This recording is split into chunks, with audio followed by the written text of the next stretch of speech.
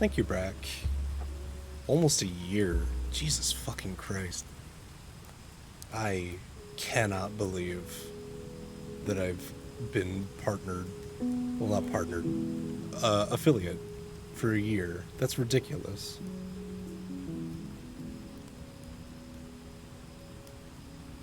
I didn't even realize it'd been that long. What the fuck?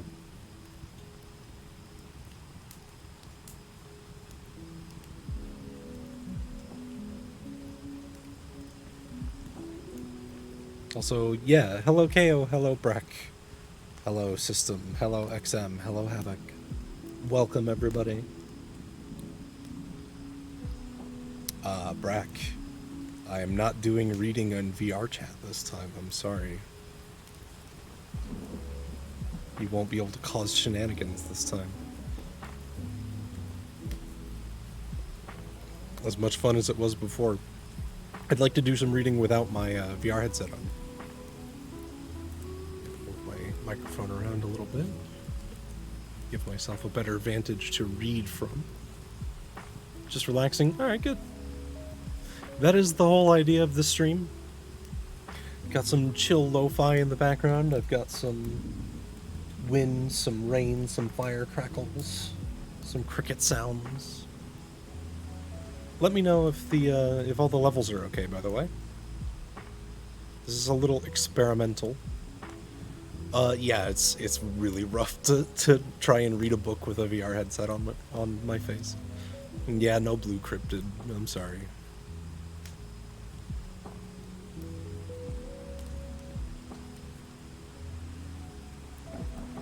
Oh, you always do, you little troublemaker, you. I forgot to turn my rewards back on, so let me jump over and turn those on, and I will get this going. Constantly redeeming WoW. Luckily, you can only do that twice per stream. Otherwise, I think I'd have a fucking panic attack.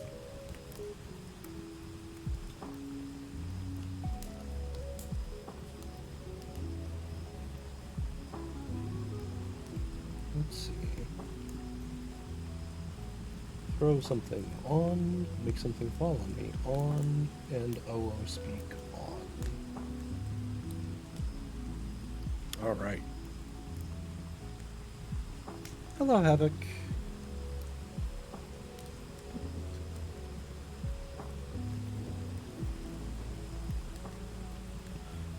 Hello, Onyo. Good to have you all here. Alright. I am ready, I think. So let me jump over here. Ah, my pet. It's not in the right spot. Overlays, trigger fire, bring it down. There we go. That should work. Hi, everybody.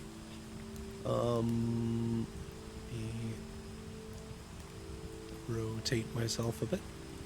Yeah, there it is. There we go. Yes, this is why I was in VR chat earlier. I was just grabbing a screenshot of the place I was reading before so that I could have a little backdrop, a little mood lighting. Such a cute Sharky, such a cute dragon. Gosh, KO is adorable. Oh, goodness gracious. Oh my god, System with a gift sub to KO.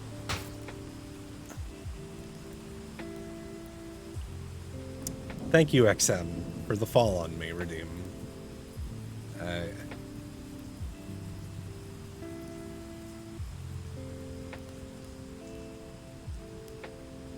Lovely. Anyway. Yes. Yes. Yes. Thank you, Brack, for the throw. Had to make sure it was working. Sure you did. Sure you did. Appreciate you checking out my redeems for me, though. Can attack you in more ways now.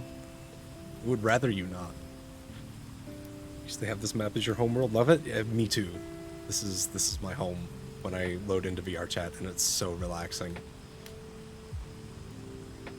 All right, but yeah. Goodness gracious. So The last time I did this, let me move one thing over a little bit. Let's see, music players. I'll put this over here. Last time I did this, I read, looks like about a quarter of Dante's Inferno. We were up to Canto 11. And yeah, I've got the VOD of that up on my YouTube channel, which I have a link to down below in my About section. I added my social links finally. Oh, so let me just sit up a little bit, grab my book, and we can get on with the reading. I want this to be nice and chill, nice, easy listening, good time. Watched it a few times on YouTube. Oh, that's fucking flattering, actually. I don't know. I don't really check my YouTube VODs very much. It's kind of just an archive at this point. So it's good to hear that somebody's actually using it. That makes me really happy. But yeah, let me know, before I begin, let me know if my levels are okay, if everything sounds good. If you want me to turn the background noises down at all, or exclude any noises from the background track. It was very funny to see it devolve into giggles at times. Yeah, it was really good. It was really fun. That was a super fun time. Everybody really enjoyed it too, which really surprised me. Listen, like, I know I've said this before on stream and just in general. I'm gonna fall asleep during this Call Me Sharky voice. Aw. Quite loud compared to my voice. How's that? Is that better? Or is that too quiet?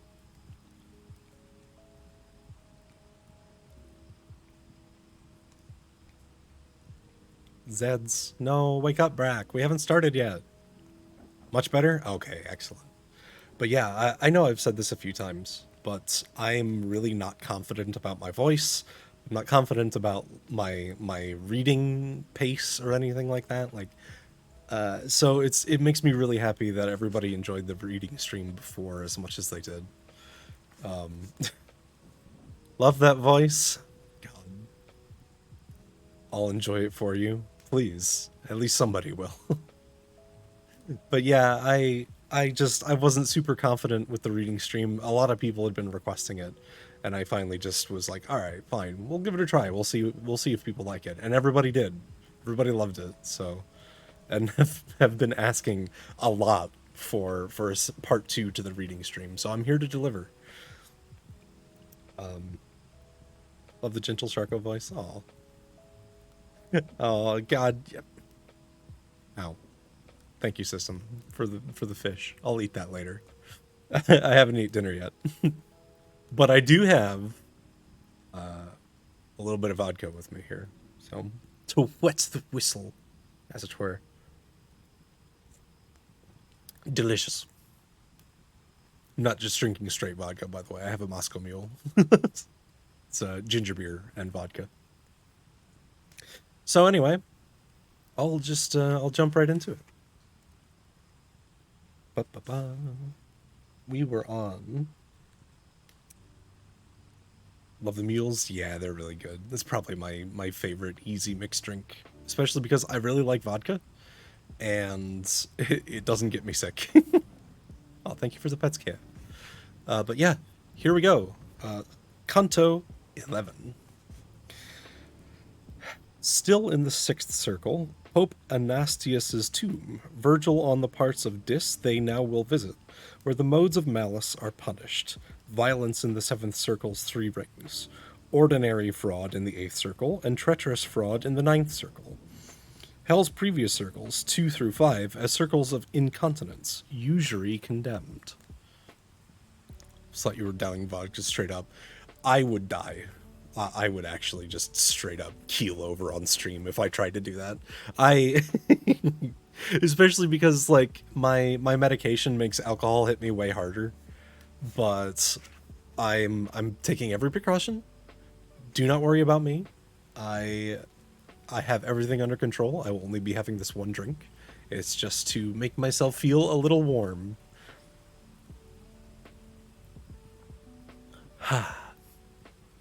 Yeah, I could never. I'm staying safe. I am, I promise. I promise you. My primary education was in psychology. Oh, thank you, XM. I do also have a giant glass of water here, like a 1 liter glass of water that I will be drinking from. So I'm not even going to be downing all the alcohol, like, straight up. Thank you. But yeah, my primary education is in psychology.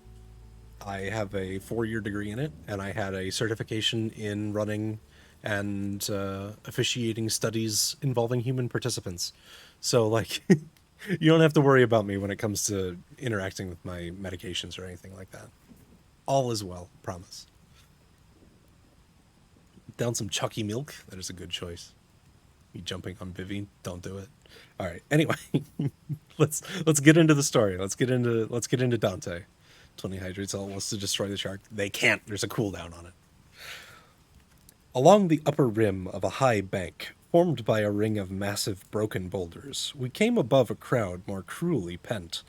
And here, because of the outrageous stench thrown up in excess by that deep abyss, we drew back till we were behind the lid of a great tomb on which I made out this, inscribed, I hold Pope Anastasius, enticed to leave the true path by Fontius.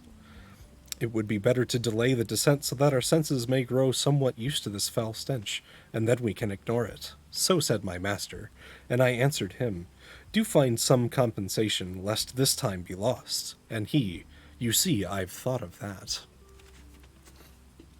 In air mid-journey, I'm sorry. Well, alright. I guess I'll just have to deal with it then when you get here, won't I? My son, within this ring of broken rocks, he then began. Oh, whoops, poopy farts. Thank you for the follow, poopy farts. I can't believe that's actually your username. Let me move the alert box up. Doing pretty good. Doing part 2 of a Dante's Inferno reading stream by popular demand of my chat. So I hope you enjoy a little bit of classical literature.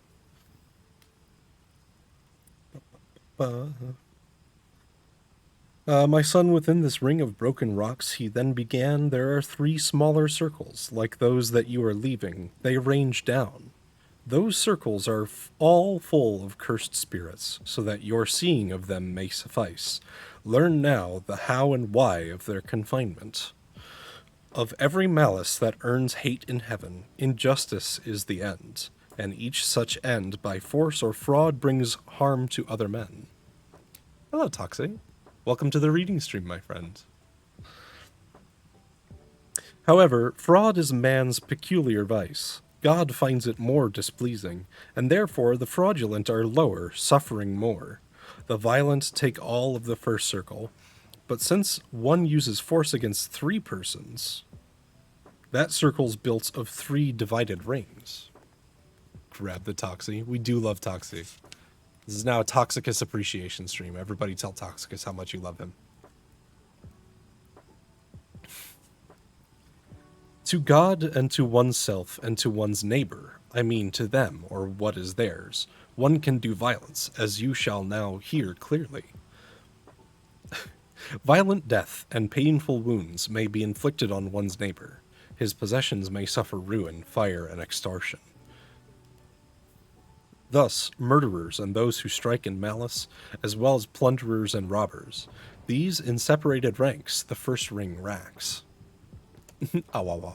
You've been taking lessons from Dan, haven't you?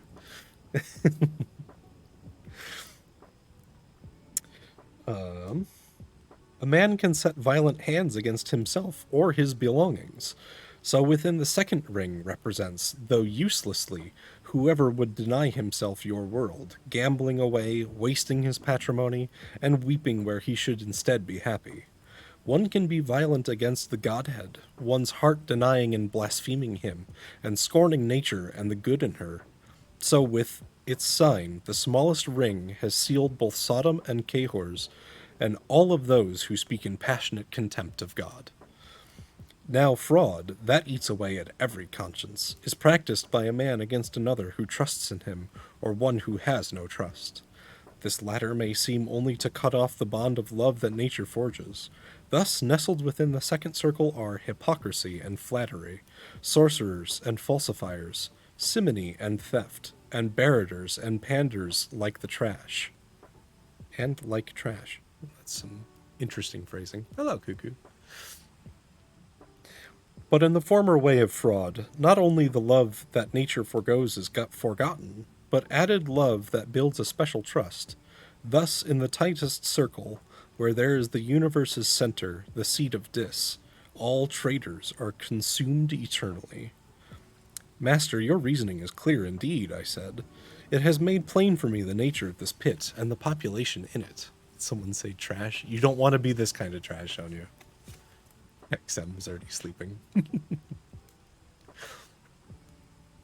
But tell me, those the dense marsh holds, or those driven before the wind, or those on whom rain falls, or those who clash with such harsh tongues, why are they not all punished in the city of flaming red if God is angry with them? And if he's not, why then are they tormented? And then to me, why does your reason wander so far from its accustomed course? He said.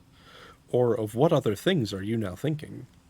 Have you forgotten, then, the words with which your ethics treats of those three dispositions that strike at heaven's will? Bivy's mom. Thank you for the follow, Mom. All right. What the fuck? Okay. I'm very confused. Someone help. Someone help me, please. What the fuck? All right. Continuing on. We have Bivy's mom there. If it is her, then I'm very apologetic for what she's about to hear on this stream. Incontinence and malice and mad bestiality. What a next line to have after having my mother join. Thank you for the pets. Yeah, God. And how the fault that is the least condemned and least offends God is incontinence. If you consider carefully this judgment and call to mind the souls of upper hell, who bear their penalties outside this city, you'll see why they have been set off from these unrighteous ones, and why, when heaven's vengeance hammers at them, it carries lesser anger. You're okay? Okay, thanks. O sun that heals all sight that is perplexed, when I ask you, your answer so contents. When doubting pleases me as much as knowing, go back a little to that point, I said, where you told me that usury offends divine goodness. Unravel now that knot. Be grounded next week? Oh, fuck. Mom, I'm too old for that. I'm 28. Philosophy, for one who understands, points out, and not just in one place, he said, how nature follows, as she takes her course, the divine intellect and divine art. And if you read your physics carefully, not many pages from the start you'll see that when it can, your art would follow nature, just as a pupil imitates his master, so that your art is almost God's grandchild. From these two, art and nature, it is fitting, if you recall how Genesis begins, for men to make their way to gain their living. And since the usurer prefers another pathway, he scorns both nature in herself and art, her follower. His hope is elsewhere. But follow me, for it is time to move. The fishes glitter now on the horizon, and all the wane is spread out over Chaos. Only beyond one can climb down the cliff. Oh my god. God damn it, system. Thank you for gifting a sub to apparently my mother. No blowhigh cuddling for a week. No! Also, I can do a thing here. Hold on. I'm gonna take some pictures of the artwork that's actually in the it's actually in the book here. I accidentally turned my volume all the way down. Oh, that was weird.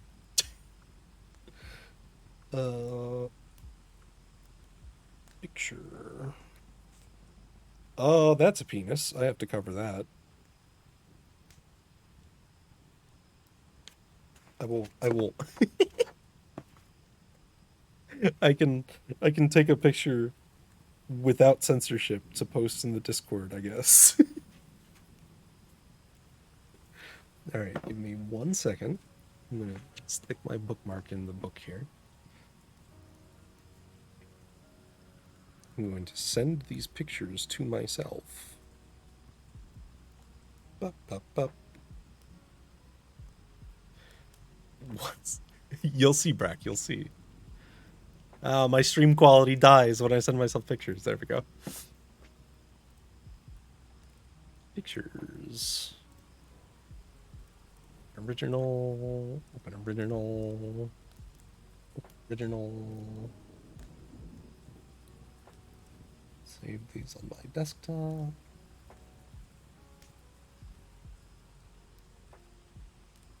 I was I was flipping through these pictures and all of a sudden I'm just like, oh wait, that man has his dick out. Let me not take a picture of that. Rotate. Good. System inform my mother? In front of my mother, how could I? No, it's not system's fault, it's fine. Easily, oh my god, system. Don't say that. Do not save that. Oh, let me edit, crop.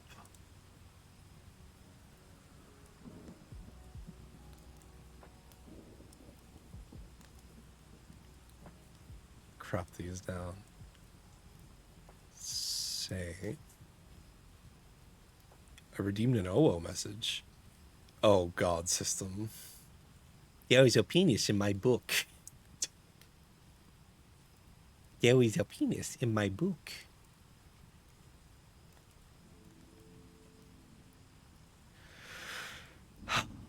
You guys just enjoy tormenting me, don't you? That's just what I should expect from chat at this point. It's just like, haha, he said a word. Let's make them say it again. I'm gonna die laughing. Oh my god. Where can I see this promised image? Hold on, I'm working here. This is difficult to do while live, okay? Whoa, whoa, whoa, whoa. And save. Alright, so I can double check, make sure. Okay, that's the uncensored one, I think. Okay, that's the censored one. So the those are too big.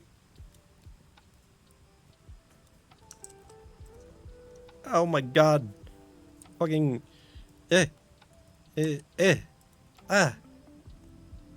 System's dying over VC. God damn it. Hi, friend. Relax, Brack. Please. Alright, you know what? I don't think I'm going to be able to do this without them just being enormous on screen. So, here you go. Let's just throw this up here. Make it smaller. Make it smaller. And throw this up here. And make it smaller. And make it smaller. I'm clipping as we speak. I believe it. Alright, so here's the artwork that is in the book. These are the pages that I am currently viewing as we speak. And now, in clips and highlights on my channel, I will upload the uncensored version of the picture on the left. Strategically placed finger. That is the point. The one on the left just has... Yeah. Fin reveal. Ooh, fins. Hello, Noodle. Yeah, that is a penis, all right. All right, so I'll take these down and turn my heater off because my legs are getting too hot. And we will continue. Good God, good God, good God. What am I doing with my life? Canto 12. Seventh circle, first ring. The violent against their neighbor, the Minotaur, the centaurs led by Chiron, who assigns Nessus to guide Dante and Virgil across the boiling river of blood, Phlegethon. In that river, tyrants and murderers immersed, watched over by centaurs. Be surprised if it was on E6. God damn it, Toxie. I shouldn't read what's happening in the Discord out loud. I should not. I should not. Anyway, moving on. The place that we had reached for our descent along the bank was alpine.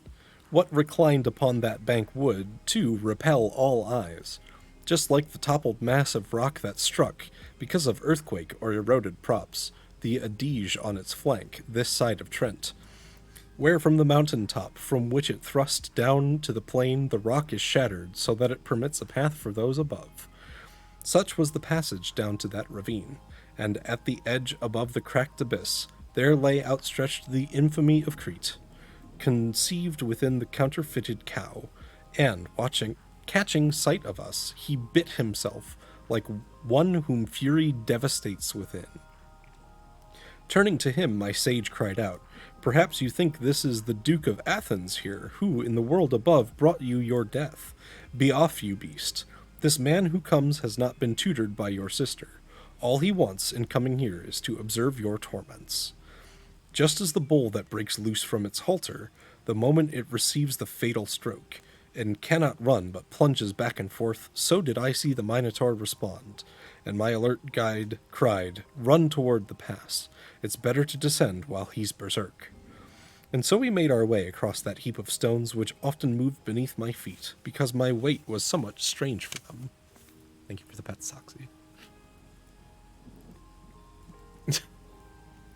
Good night, my apparent mother. Jesus. While climbing down, I thought, he said, "You wonder perhaps about that fallen mass, watched over by the inhuman rage I have just quenched. Now I would have you know, the other time that I descended into lower hell, this mass of boulders had not yet collapsed. But if I reason rightly, it was just before the coming of the one who took from Dis the highest circle's splendid spoils, that on all sides the steep and filthy valley had trembled so, I thought the universe felt love, by which, as some believe, the world has often been converted into chaos. And at that moment, here as well as elsewhere, these ancient boulders toppled in this way." What he's referring to, by the way, is when Jesus came down into hell to retrieve the souls of the virtuous. So he's saying that when hell shook, when Jesus came down to grab the souls, it created new pathways for people to go deeper into hell. "But fix your eyes below upon the valley, for now we near the stream of blood, where those who injure others violently boil. O blind cupidity and insane anger, which goad us on so much in our short life, then steep us in such grief eternally. I saw a broad ditch bent into an arc, so that it could embrace all of that plain, precisely as my guide had said before. Between it and the base of the embankment raced files of centaurs who were armed with arrows, as in the world above they used to hunt. On seeing us descend, they all reined in, and after they had chosen bows and shafts, 3 of their number moved out from their ranks, and still far off one cried, 'What punishment do you approach as you descend the slope? But speak from there, if not, I draw my bow.' My master told him, 'We shall make reply only to Chiron when we reach his side. Your hasty will has never served you well.'" Umaga Elnora. What? Shafts? Like arrow shaft system. Fuck's sake.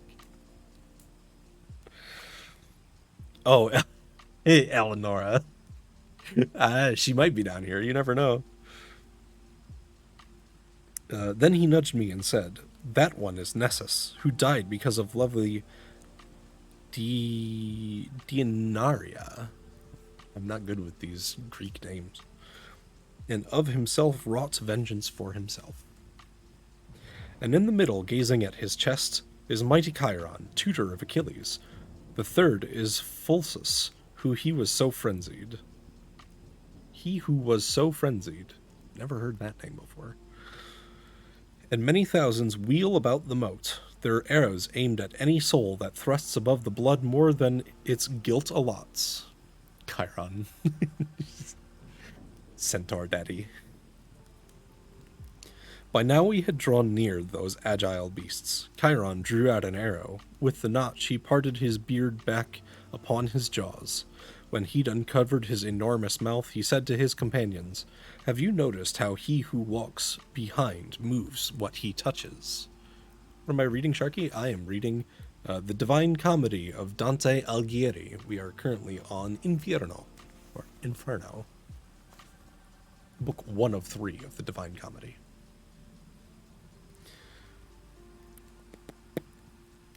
Dead souls are not accustomed to do that. And my good guide, now near the centaur's chest, the place where his two natures met, replied, "He is indeed alive, and so alone it falls to me to show him the dark valley. Necessity has brought him here, not pleasure, for she who gave me this new task was one who had just come from singing Hallelujah. He is no robber, I am no thief, but by the power that permits my steps to journey on so wild a path, give us one of your band to serve as our companion, and let him show us where to ford the ditch, and let him bear this man upon his back, for he's no spirit who can fly through the air." Then Chiron wheeled about and right, and said to Nessus, "Then return and be their guide. If other troops disturb you, fend them off." Now with our faithful escort we advanced along the blood-red, boiling ditch's banks, beside the piercing cries of those who boiled. I saw some who were sunk up to their brows, and that huge centaur said, "These are the tyrants who plunged their hands in blood and plundering. Here they lament their ruthless crimes. Here are both Alexander and the fierce Dionysus, who brought such years of grief to Sicily. That brow with hair so black is Ezelino. That other one there, the blonde one, is Obiso, and Este, he who was indeed undone, within the world above, by his fierce son." Then I turned to the poet, and he said, "Now let him be your first guide, me your second." A little further on, the centaur stopped, above a group that seemed to rise above the boiling blood as far up as their throats. He pointed out one shade alone, apart, and said, "Within God's bosom he impaled the heart that still drips blood upon the Thames." Then I caught sight of some who kept their heads and even their full chests above the tide, among them many whom I recognized. And so the blood grew always shallower, until it only scorched the feet, and here we found a place where we could ford the ditch. Just as you see that, on this side, the brook continually thins, the centaur said. So I should have you know the rivulet along the other side will slowly deepen its bed until it reaches once again the depth where tyranny must make lament. The Thames is in hell? It's silly system. Didn't you know that all of Britain is hell? That actually makes sense. It's London. I mean, this is the circle for violent crimes as well. This is where all the stabbings happen. Hell is central London. Fuck's sake. Oh, goodness. And there divine justice torments Attila, he who was such a scourge upon the earth, and Pyrrhus, Sextus to eternity. It milks their tears, that boiling brook unlocks from Rinier of Cornetto, Rinier Passo, those two who waged such war upon the highroads. Then he turned round and crossed the ford again. Wow, system key smash? Damn. Also. Yeah, and like I said in the previous iteration, or the previous reading stream, a lot of the names that get thrown out in the course of the story are not super important to know, because what Dante was doing was basically throwing every person under the bus that he could possibly think of, and saying like, "Oh yeah, this person they wronged Rome, they went against the church, they went against Catholicism, and oh my God, Toxie, what? $5? Mwah! Oh, thank you, Toxie. Yeah, Euclid, fuck them. Thank you, Toxie, so much. Mwah! That's all for you, buddy.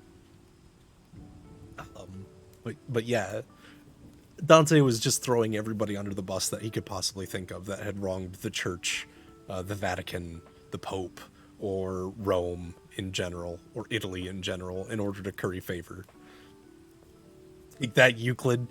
I prefer my shapes to be non-Euclidean in nature.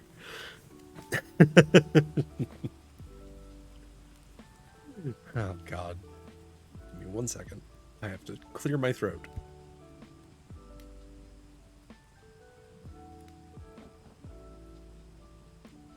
Okay. I like circles? Well, there's like 10 of them in hell, though I don't recommend any of them. Also, I'm going to do this command again, because by obligation when you use Lo-Fi Girls soundtracks, you must link back to their channel, and so I am doing that with command. I'm currently using the Lo-Fi Hip Hop Radio Beats to Sleep and Chill to. Go to hell, see y'all later. No, Onyo, don't! We're probably all going there for being gay anyway. So. Chrome fully crashed after I dissed Euclid? Little did you know, system, that all mathematics are based on Euclidean geometry, and therefore when you diss Euclid, you diss all technology, and it rebelled against you.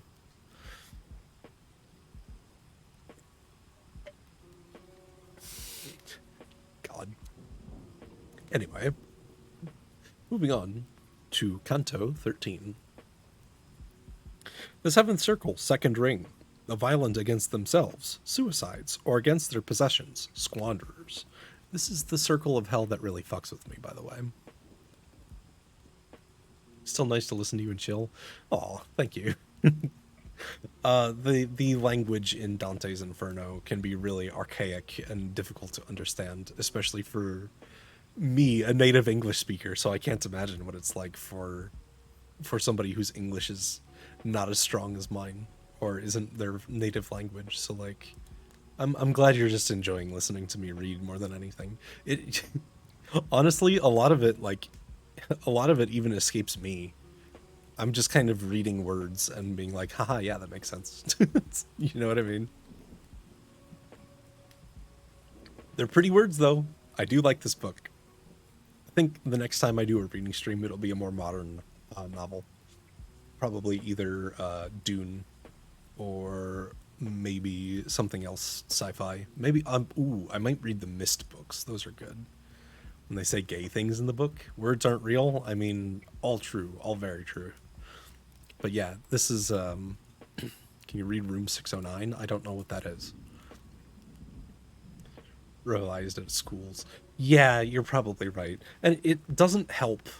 It also doesn't help that the original Inferno was written in archaic Italian and was then translated into archaic English, which has now been updated to modern English. So I'm sure a lot of the phrasing and like a lot of the pacing of the book gets really thrown off just by being translated that many times.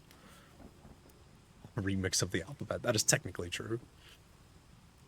But anyway, it's just called 609. Send me a link. I'll look into it. So, seventh circle, second ring. The violent against themselves, suicides, or against their possessions, squanderers. The dreary wood within the suicides transformed into strange trees, and the squanderers hounded and rent by bitches. It's just the Brayburn comic. Oh, fucking Jesus. Okay, Brack. Pier de Avigna, Lano and Jacopo de Santo Andrea, The Anonymous Florentine Suicide. By bitches, yes. As in, like, female dogs. Or female wolves, I should probably be more technically accurate. That is the actual term for female hounds. which you will see. The 7th circle, 2nd ring is kind of fucked up. Yeah, still no bitches. I remain maidenless.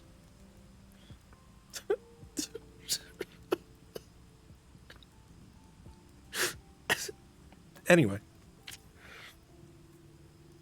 Nessus had not yet reached the Outer Bank. Oh, thank you for the pet system. And XM. And more XM. Yeah, good stuff. I did. I'm sorry. I'm so lonely. Anyway. Nessus had not yet reached the other bank when we began to make our way across a wood on which no path had left its mark. No green leaves in that forest, only black. No branches straight and smooth, but knotted, gnarled. No fruits were there, but briars bearing poison. Even those savage beasts that roam between Cecina and Cornetto, beasts that hate tilled lands, do not have holts so harsh and dense. Fucking mood. Give me hugs, yes please. This is the nesting place of the foul harpies, who chased the Trojans from the Strophades, with sad foretelling of their future trials. Their wings are wide, their necks and faces human, their feet are taloned, their great bellies feathered. They utter their lamentations on the strange trees. And my kind master then instructed me, before you enter farther, know that now you are within the 2nd ring. Oh. Wait. Toxicus just followed me?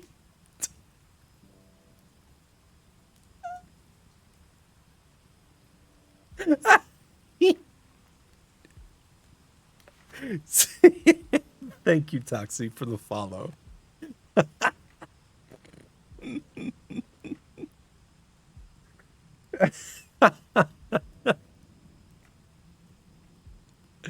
Wow, dude.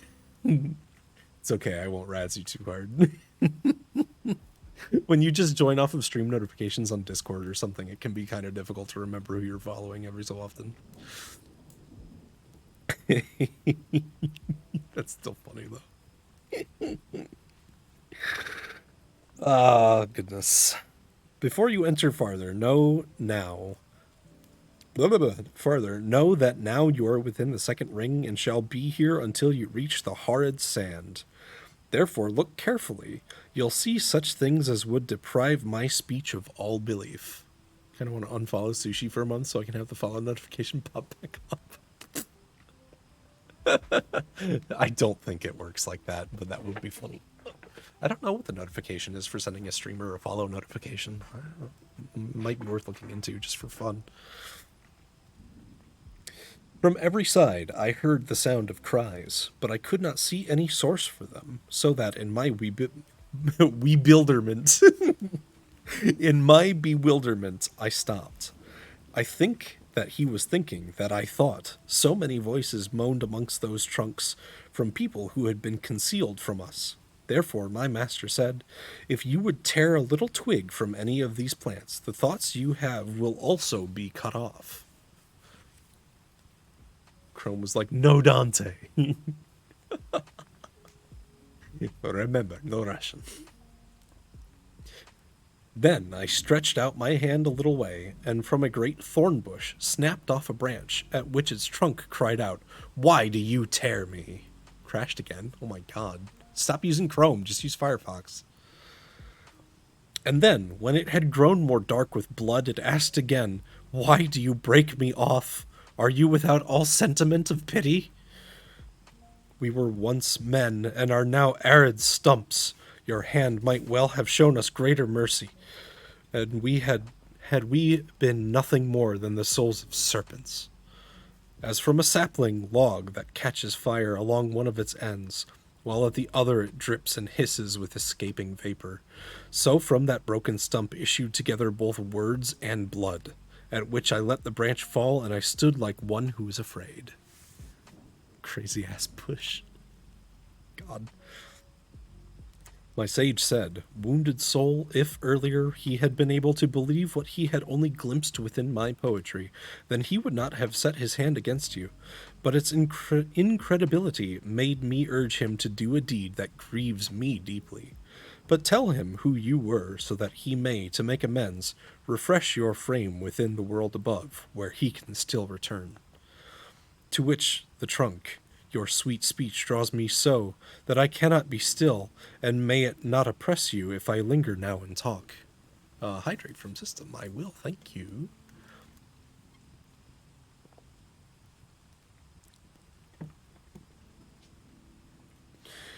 I am the one who guarded both the keys of Frederick's heart, and turned them, locking and unlocking them with such dexterity that none but I could share his confidence. I was faithful to my splendid office, so faithful that I lost both sleep and strength. The whore who never turned her harlot's eyes away from Caesar's dwelling, she who is the death of all and vice of every court, inflamed the minds of everyone against me, and those inflamed then so inflamed Augustus that my delighted honors turned to sadness. My mind, because of its disdainful temper, believing it could flee disdain through death, made me unjust against my own just self. I swear to you, by the peculiar roots of this thorn bush, I never broke my faith with him who was so worthy, with my Lord. If one of you returns into the world, then let him help my memory, which still lies prone beneath the battering of envy. The poet waited briefly. Then he said to me, since he is silent, do not lose this chance, but speak and ask what you would know. And I, do you continue? Ask of him whatever you believe I should request. I cannot, so much pity takes my heart. Then he began again. Imprisoned spirit, so may this man do freely what you ask. May it please you to tell us something more of how the soul is bound into these knots, and tell us, if you can, if any one can ever find this freedom from within these limbs. Going to hell to tell the good word about God, like read the root. It's not so much that. So it's kind of hard to read, but in the seventh circle of hell, second ring, anybody who commits suicide is turned into a tree. And while they're within these trees or bushes, foliage, whatever they become, any injury that's done to the bush injures them as well. And what Dante and Virgil are offering the spirit inside the bush is basically saying, tell us more about yourself. Like, who were you? What did you do? And what led you to the point of taking your own life? And when Dante returns to the like physical world, back to his body, he can go out and tell the man's story so that he can be remembered more fondly.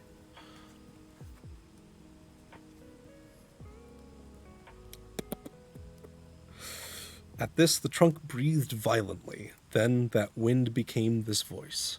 You shall be answered promptly. When the savage spirit quits the body from which it has torn itself, then Minos sends it to the seventh maw. It falls into the wood, and there's no place to which it is allotted. But wherever fortune has flung that soul, that is the space where, even as a grain of spelt, it sprouts. Sounds a lot better. I mean, better is a relative term. Maw, yes. It is an out of body experience, yes. The beginning of Dante's Inferno is Dante wandering through an unknown valley, and at some point he comes upon a cave, which he enters for shelter, after having made his way past some very strange mythological creatures. And when he enters this cave, he finds out that it was actually an entrance to hell.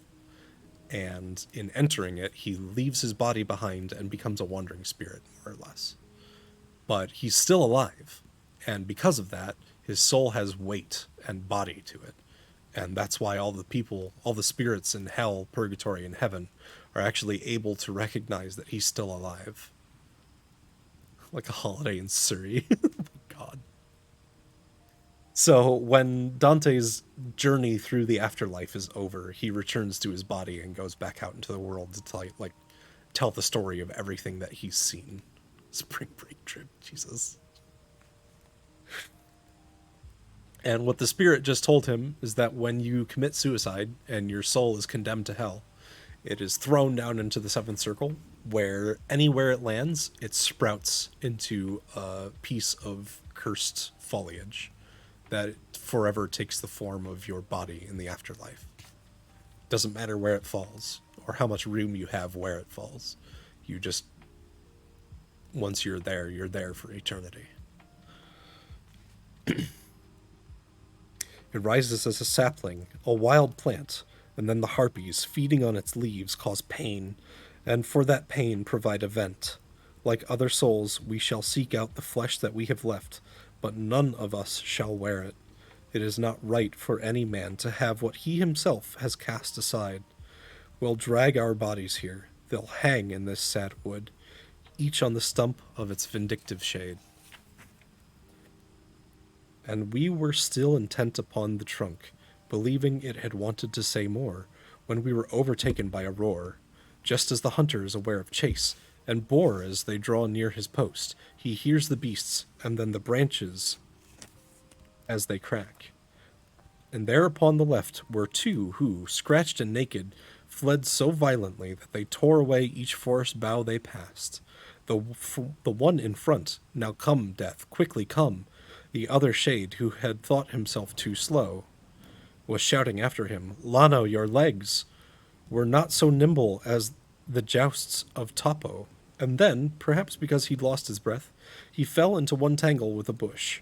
Behind these two, black bitches filled the wood, and they were just as eager and as swift as greyhounds that had been let off their leash. They set their teeth in him where he had crouched, and piece by piece those dogs dismembered him and carried off his miserable limbs. Then he who was my escort took my hand. He led me to a lacerated thorn that wept in vain where it was bleeding, broken. O Jacopo, it said, da Santo Andrea, what have you gained by using me as a screen? Am I to blame for your indecent life? When my good master stood beside that bush, he said, Who were you, who through so many wounds must breathe with blood your melancholy words? And he to us, O spirits who have come to witness the outrageous laceration that leaves so many of my branches torn, collect them at the foot of this sad thorn. My home was in the city whose first patron gave way to John the Baptist. For this reason he'll always use his art to make it sorrow. And if, along the crossing of the Arno, some effigy of Mars had not remained, those citizens who afterward rebuilt their city on the ashes that Attila had left to them would have traveled in vain. I made of my own house my gallows place. Word bitches just whips by. Yeah, understandable. Oh, this is another good picture. Shit. I wish there was an easier way for me to take pictures.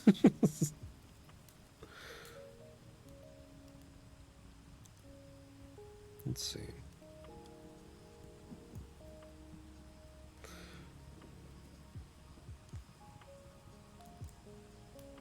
Oh no, I want to pop camera out.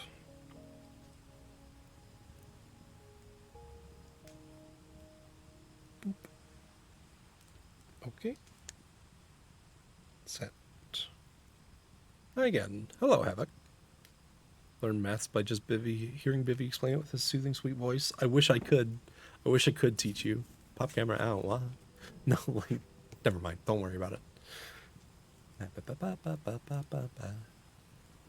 So here is another picture. Oop. Oh, that's right. I can't drag things directly from my browser into OBS, or else it's just like, I can't do it. So this is a depiction. Why is it sideways?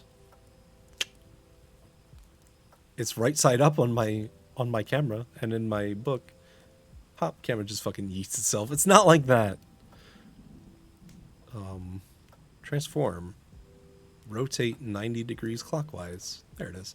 Here's an image of what the dark woods that Dante and Virgil just walked through. And I can give you guys a little bit of,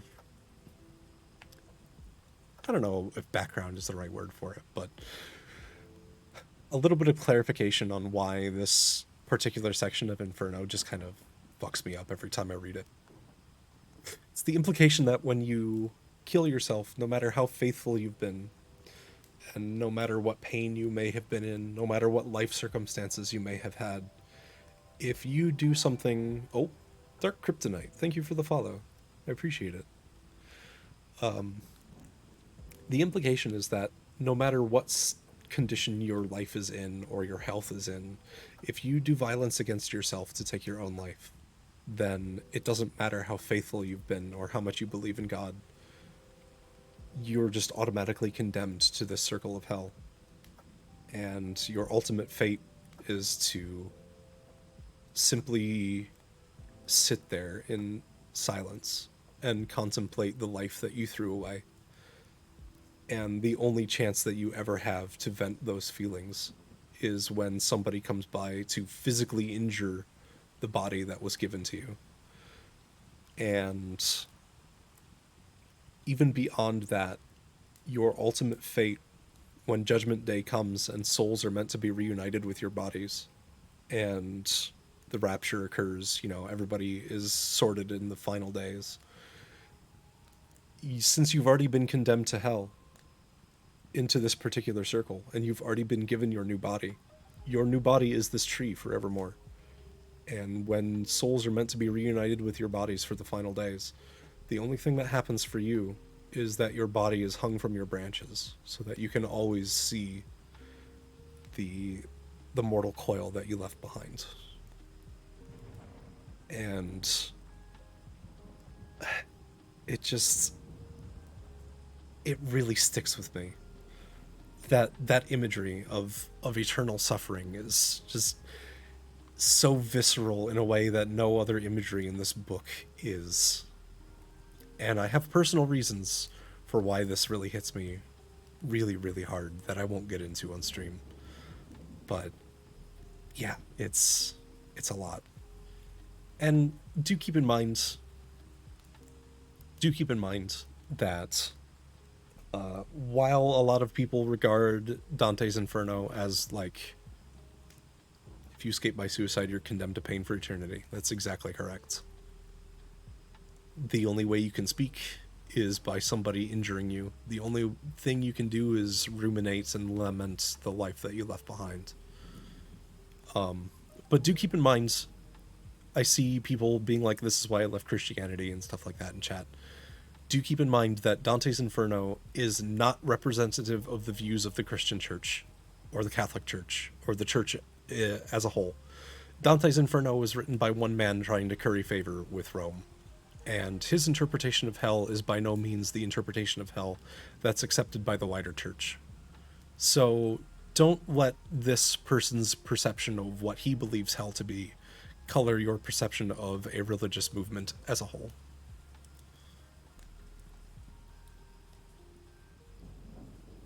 Just something to keep in mind. Yeah, Dante's a bit fucked up. The subject matter that is talked about in this book, or in this story, is very heavy. No suicide view. Yeah. That's reasonable. I feel like a lot of people do.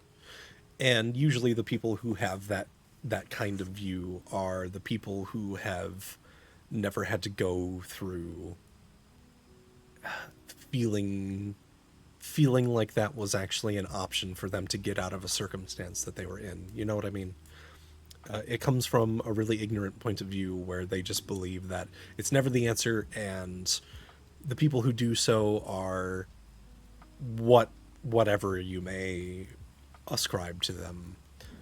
I'm not going to say any of those things here because I've grappled with this issue myself, and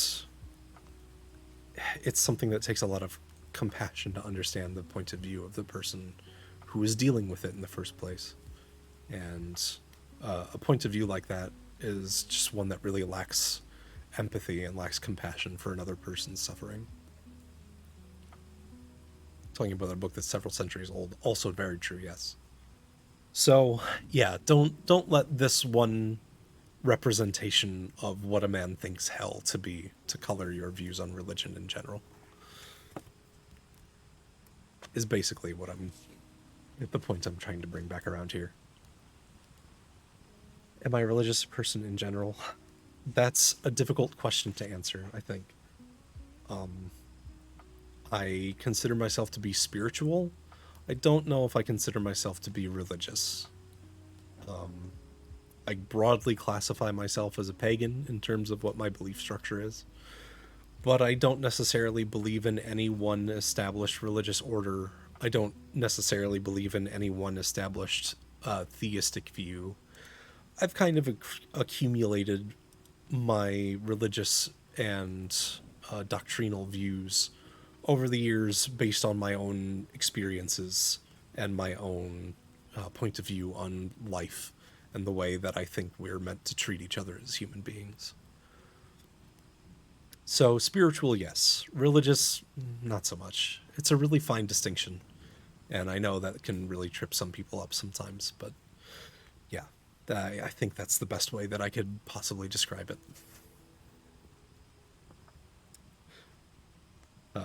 But heavy questions aside, and heavy topic matter aside, I'll, I'll continue reading.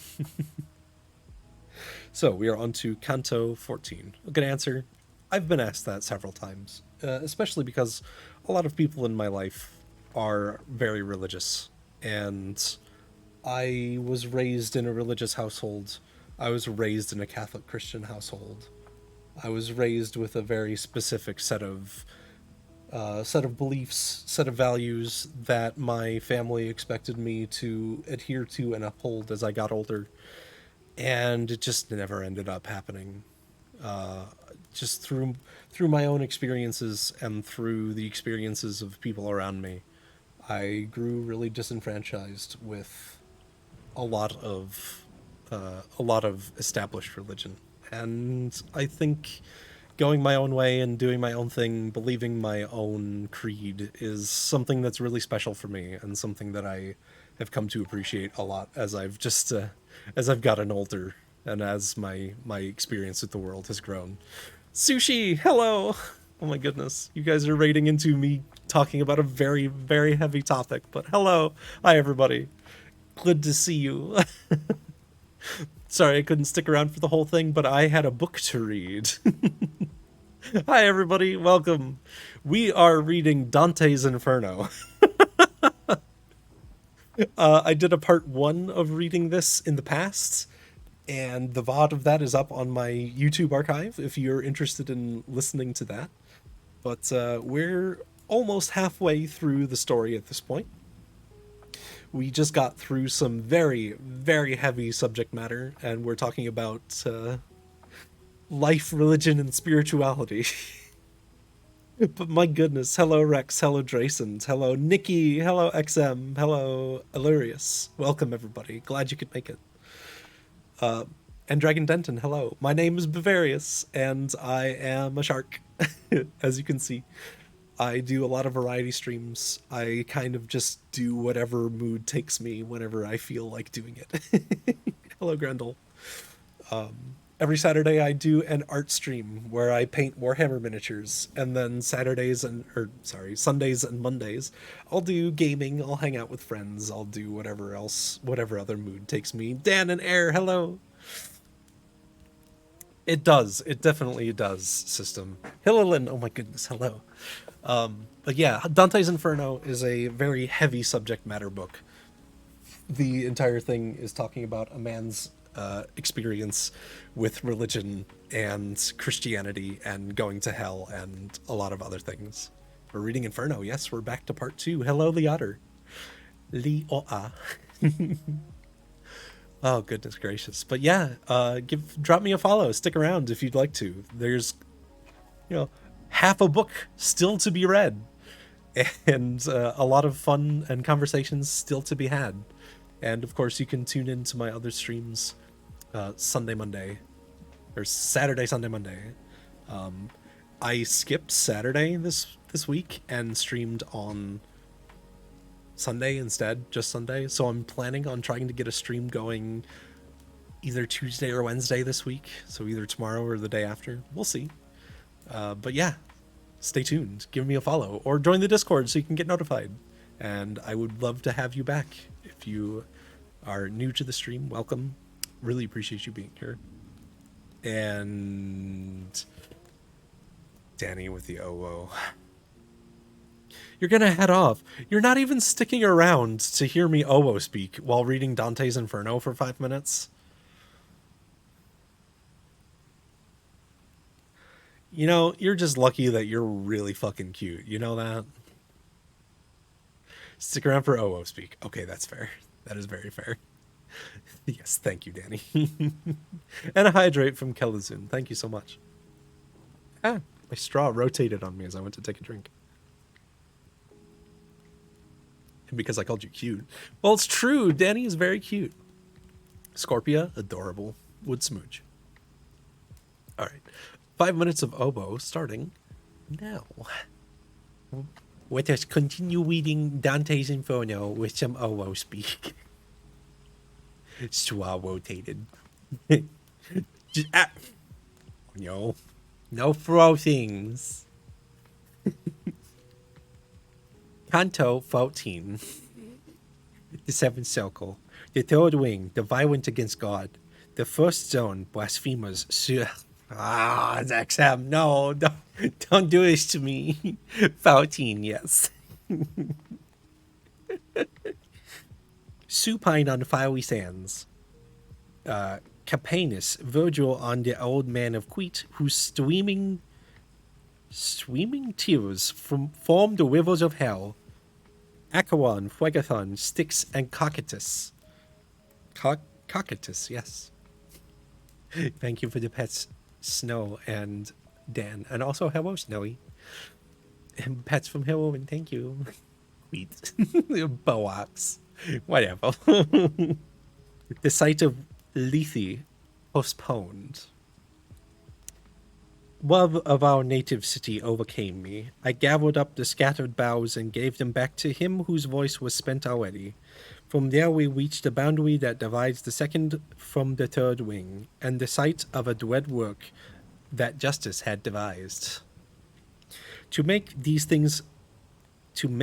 strange things clear, I must explain that we had come upon an open plain that banishes all green things from its bed. So if you thought Dante's Inferno was hard to understand before, I think Obo Speak is going to make it that much harder. Love you, Bivy. Love you too, Black. The wood of sorrow is a garland round it, just as the wood is winged by a sad chapel. Sad channel. Green? Green, yes. I'm doing Obo Speak. Imagine telling Algieri that his work would be read by an anthropomorphic shark in a very cute voice. I think he would have a stroke. Love you too, Danny. The ground was made of sand, dry and compact. A sand not different in kind from that on which the feet of Cato had once tramped. Stroke. Love you, system. A stroke. Hello, Alki.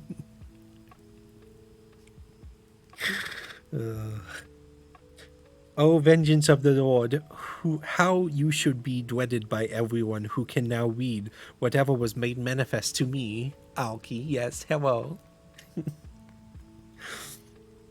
I saw so many flocks of naked souls all weeping miserably, and it seemed that they were ruled by different decrees. Some lay upon the ground, flat upon their backs, some huddled in a crouch, and there they sat, and others moved about incessantly. The largest group of those who walked about, and the smallest those supine in punishment. But those who had looser tongues to tell their torment. They can read! Cute shark. Oh, cute Durg. It's like I'm back in daycare. Oh.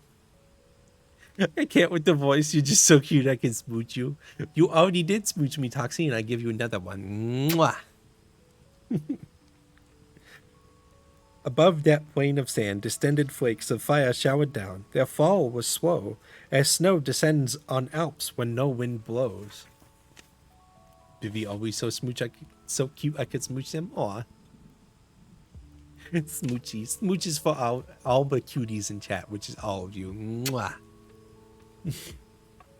Just like the flames that Alexander saw in India's hot zones when the fires fell intact into the ground on his battalions, for which wisely he had his soldiers tramp the soil to see that every fire was spent, before new flames were added to the old. So did the never-ending heat descend. With this, the sand was kindled just as tinder on meeting flint with flame, flame doubling the pain. This is completely indecipherable with Owo speech, I swear to God. Pets from system, thank you. The dance of wretched hands was never done, and here, now, there, they tried to beat aside the fresh flames as they fell. And I began to speak. My master, who? You who can defeat all things, except for those tenacious demons who tried to block us at the doorway. Who is that giant there who does not seem to heed the singeing? He who lies and scorns and scowls, he whom the rains can't seem to soften. And that is Owo Speak done. Thank goodness. Best 2,500 points you ever spent. I'm glad you got your money's worth. Also, Vivi Uwu smooches. I don't make the rules. Chat tells me where I go with my commentary, okay? I'm fluent in Owo. New woo. I'm sorry, that was 5 minutes. I'm glad that that's over. As funny as Owo Speak can be, it can wear on me a bit. It was excellent. I'm glad you liked it. Now I can seriously read Inferno again, like everybody was hoping that I could, I'm sure.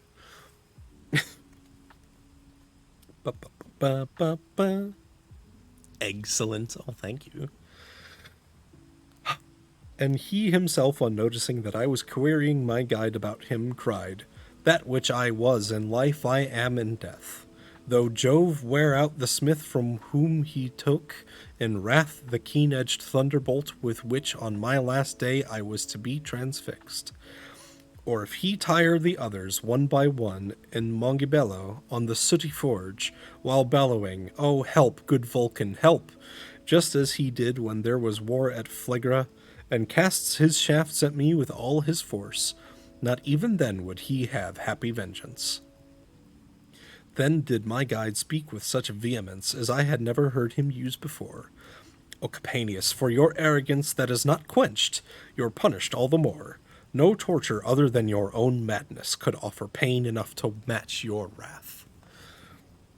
But then, with gentler face, he turned to me and said, "That man was one of 7 kings besieging Thebes. He held and still, it seems." You're lovely, Viv. Oh, thank you, system. You're lovely too. I love all you guys so much. Best community I could ever ask for. It goes for each and every one of you. I lost my place. I'm blushing. He held and still, it seems, holds God in great disdain, despising him. But as I told him now, his maledictions sit well as ornaments upon his head. Aw. Mwah. You guys are the best. I never thought I'd be able to sit here and read Dante's Inferno to you guys and have so many people just like sit here and listen to me read. It's wild to me. I'm sorry. That just blows my mind. Read. Okay, I'm going. I'm reading. "Now follow me, and take care. Do not set your feet upon the sand that's burning hot, but always keep them back, close to the forest." Okay, so I should recap the section that I read in Owo Speak.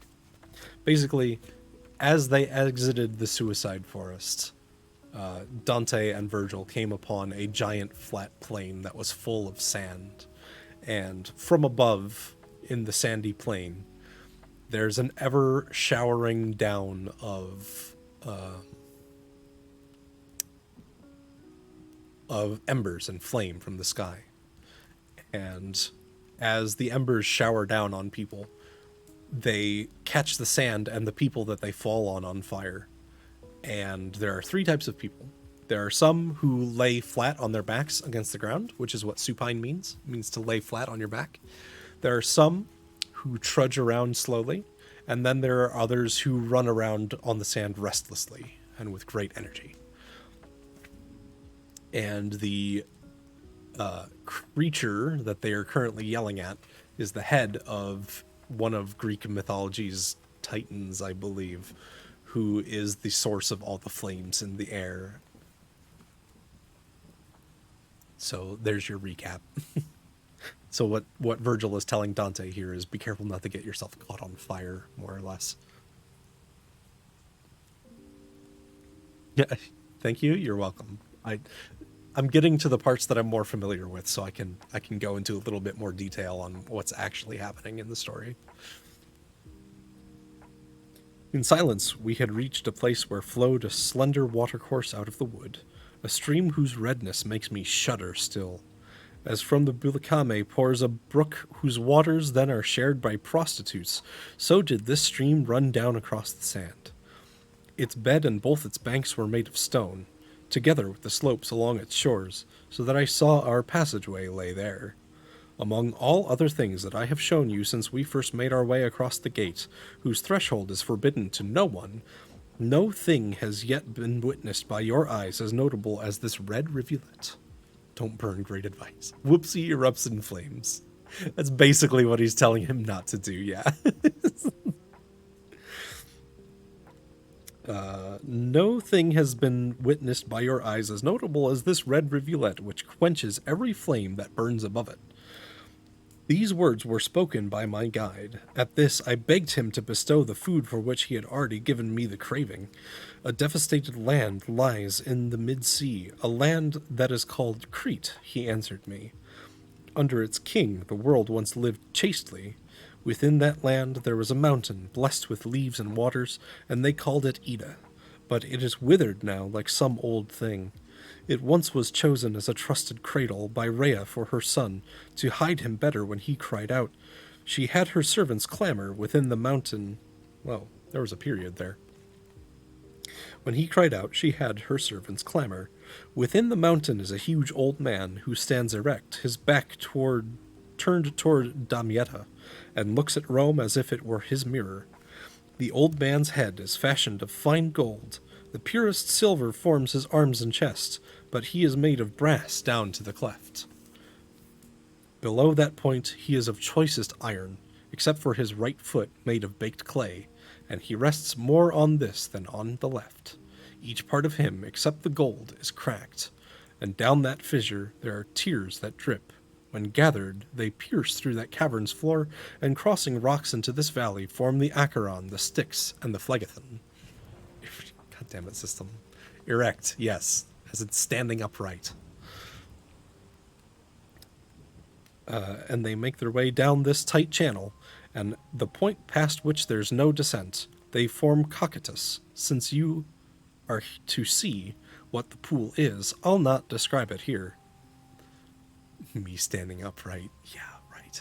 So what Virgil is describing here, by the way, alludes to an ancient Greek belief that there were ages that humanity went through when they were first created by the gods. When humans were first created, they were creatures made of gold, which is why he's talking about a statue of an old man forged in gold. And the gold is the only part of him that is perfect. Because in that age of humanity, the golden man was perfect. It was a perfect union of masculine and feminine energies. It was a complete and whole being. As humanity strayed further away from the gods, they turned from gold to silver, and from silver into bronze, and then from bronze into clay. As humanity split further and further away from the gods and further away from perfection, and turned from more precious gold into less precious silver, less precious yet copper, and then, dirt, cheap, common clay. Masculine and feminine energies split off from each other, and that is where the divergence of men and women come from in Greek mythology. And it is said that because of this split, and because men and women were always destined to be part of one being, that you were always destined to find someone who completed your energy. And that's where the sacrament of marriage basically came from in Greek society. It was the union of masculine and feminine energies to come back closer to that perfection that the gods created the people in. So this idol that he's talking about is a representation of humanity crumbling apart and the perfection that flows from the chest. Gotta date a femboy.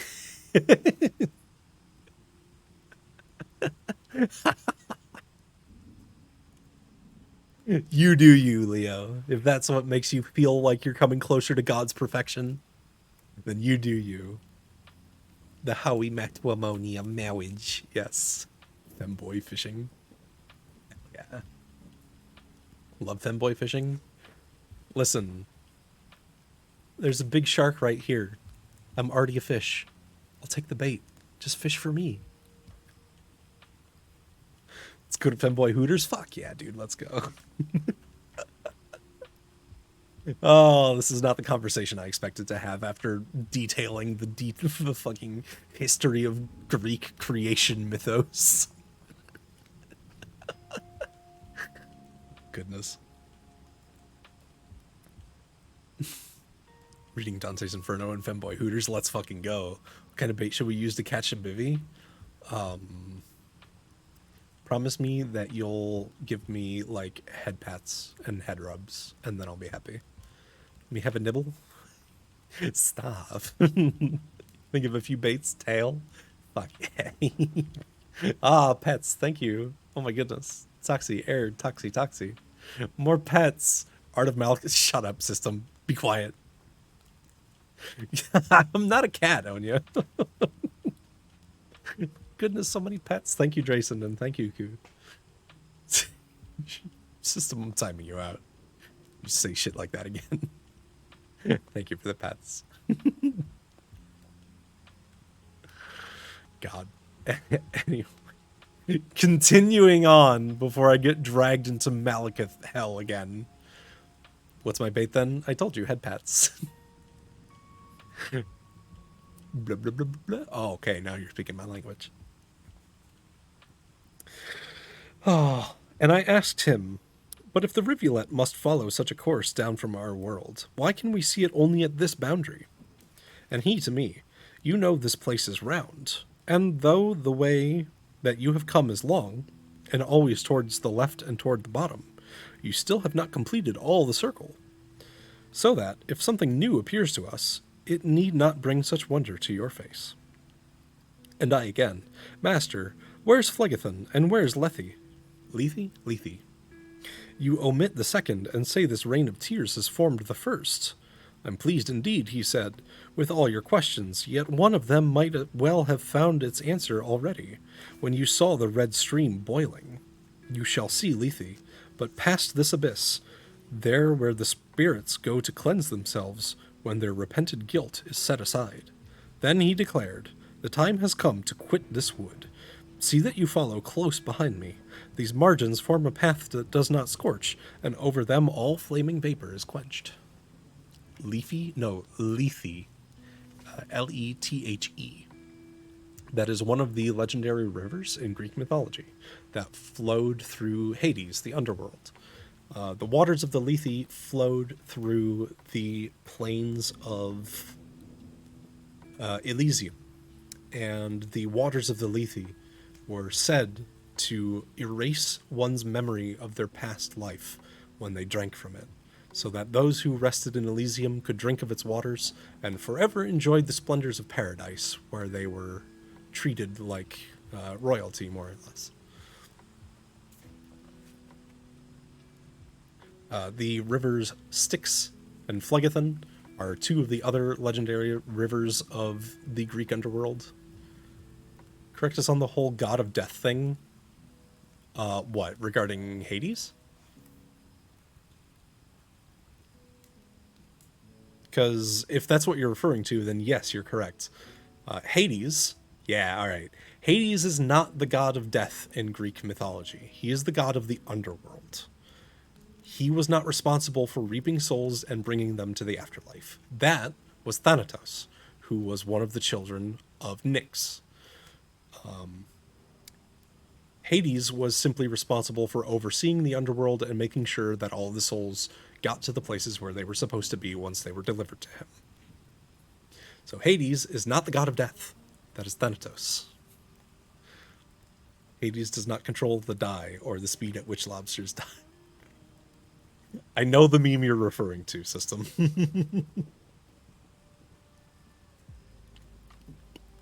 But yeah, that's an often misattributed thing to Hades. I also find it very ironic that a lot of people have a really negative view of Hades and the Greek underworld in general. Made sure people got to the correct afterlives. Correct. So he would sort most of the regular people into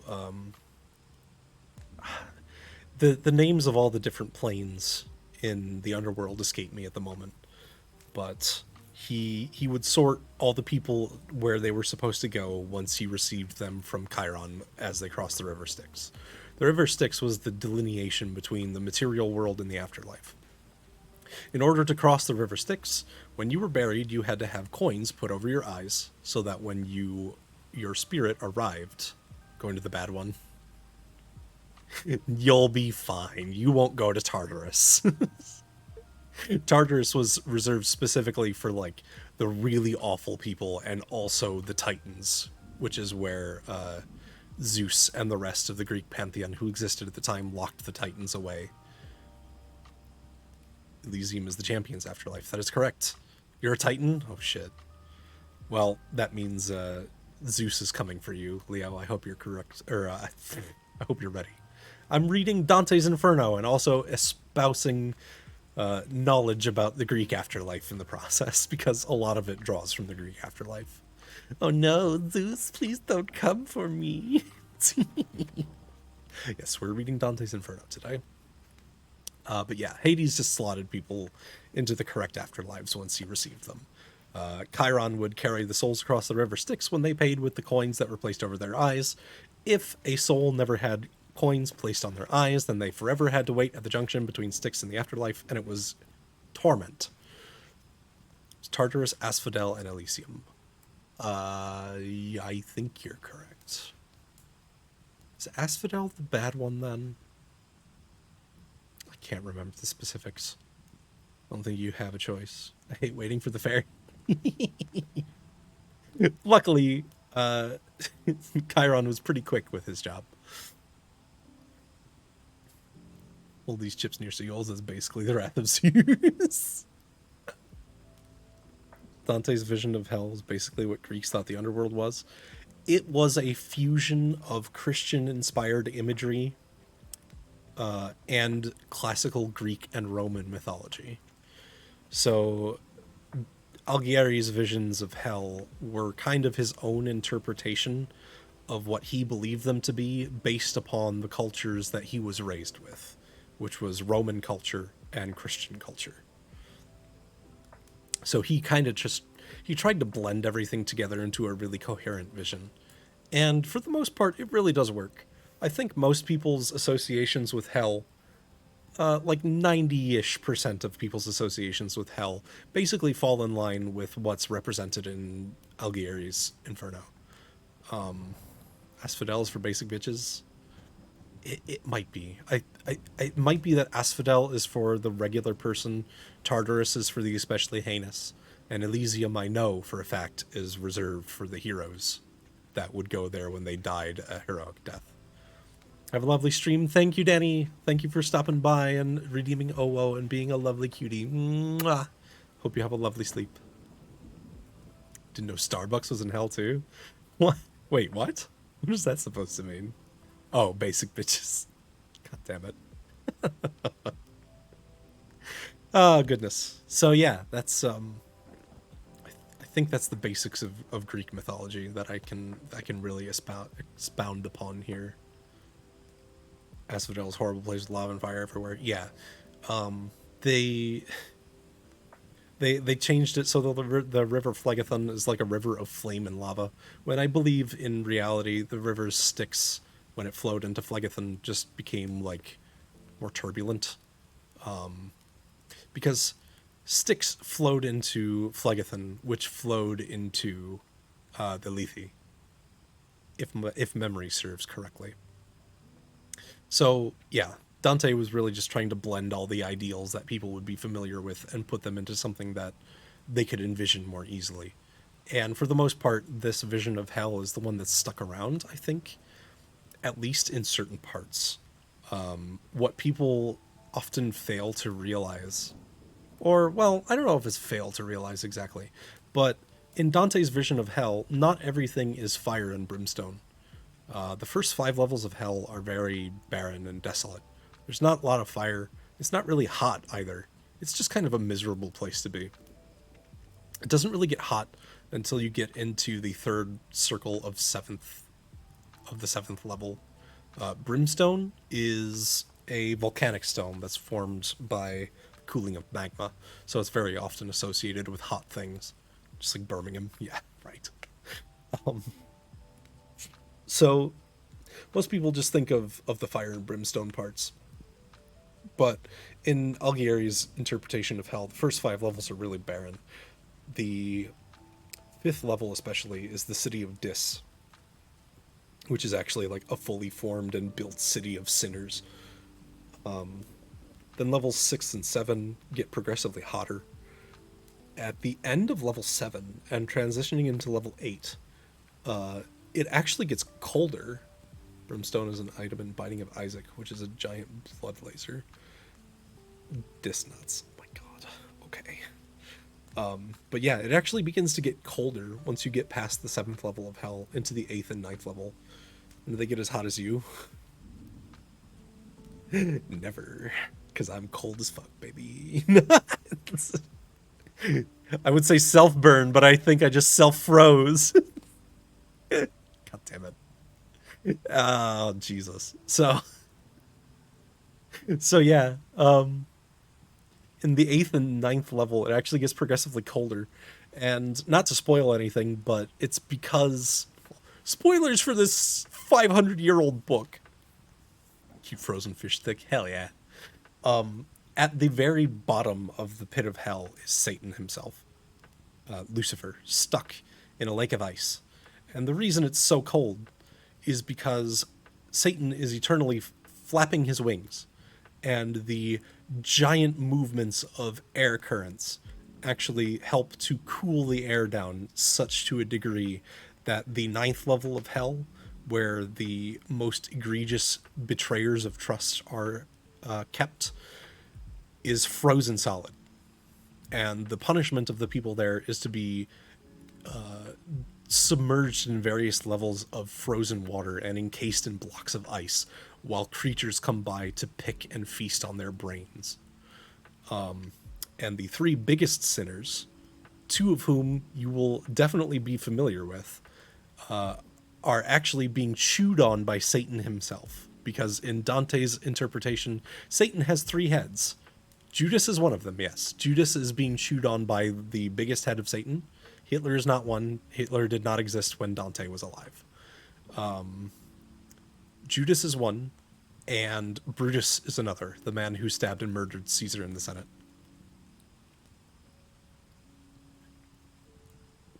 Guy who crucified Jesus. I don't know. I think Pontius Pilate is just in the circle of sinners, if anything. I can't remember. I think he is there. I can't remember who the third one is.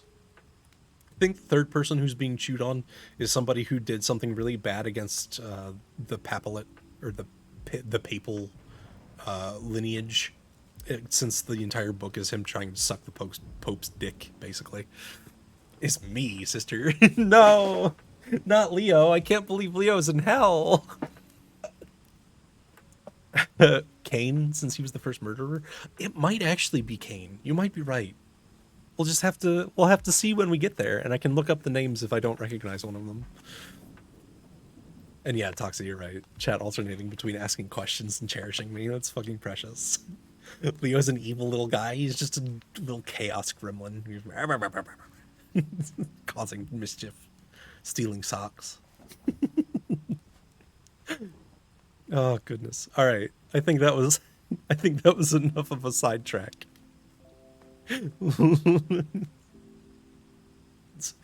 I'll allow that. I'll have you know, system, that your message was held for misogyny. I pay for them. Oh, I'm sorry, sir. Beating his brother over the head for shits and giggles, inventing murderer. Fun fact, I'm gonna tie this into Warhammer.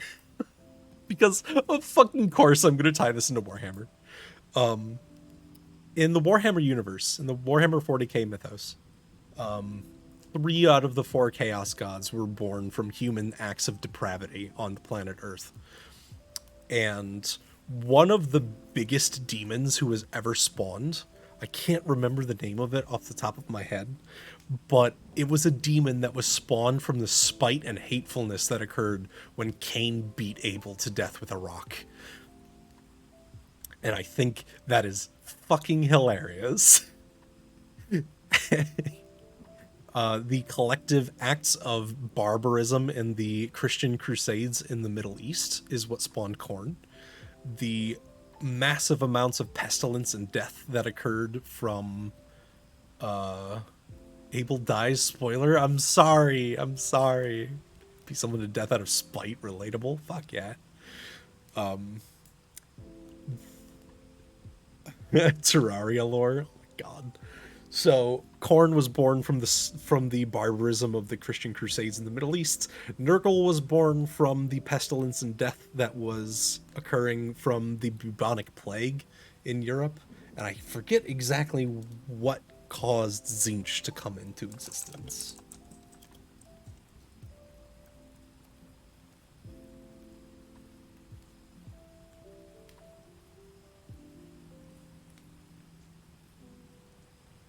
What spawned Tzeentch?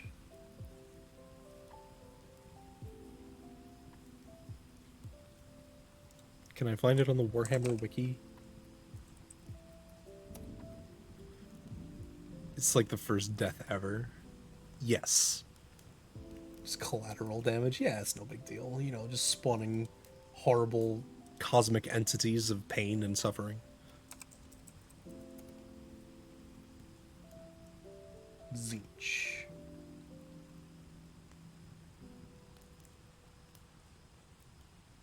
Manifestation? No, this is like what he actually looks like.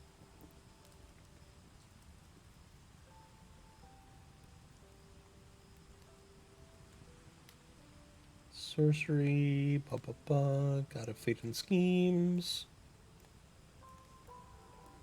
Owned by hundreds of different names, empowered by desires for need and knowledge, and blah blah blah.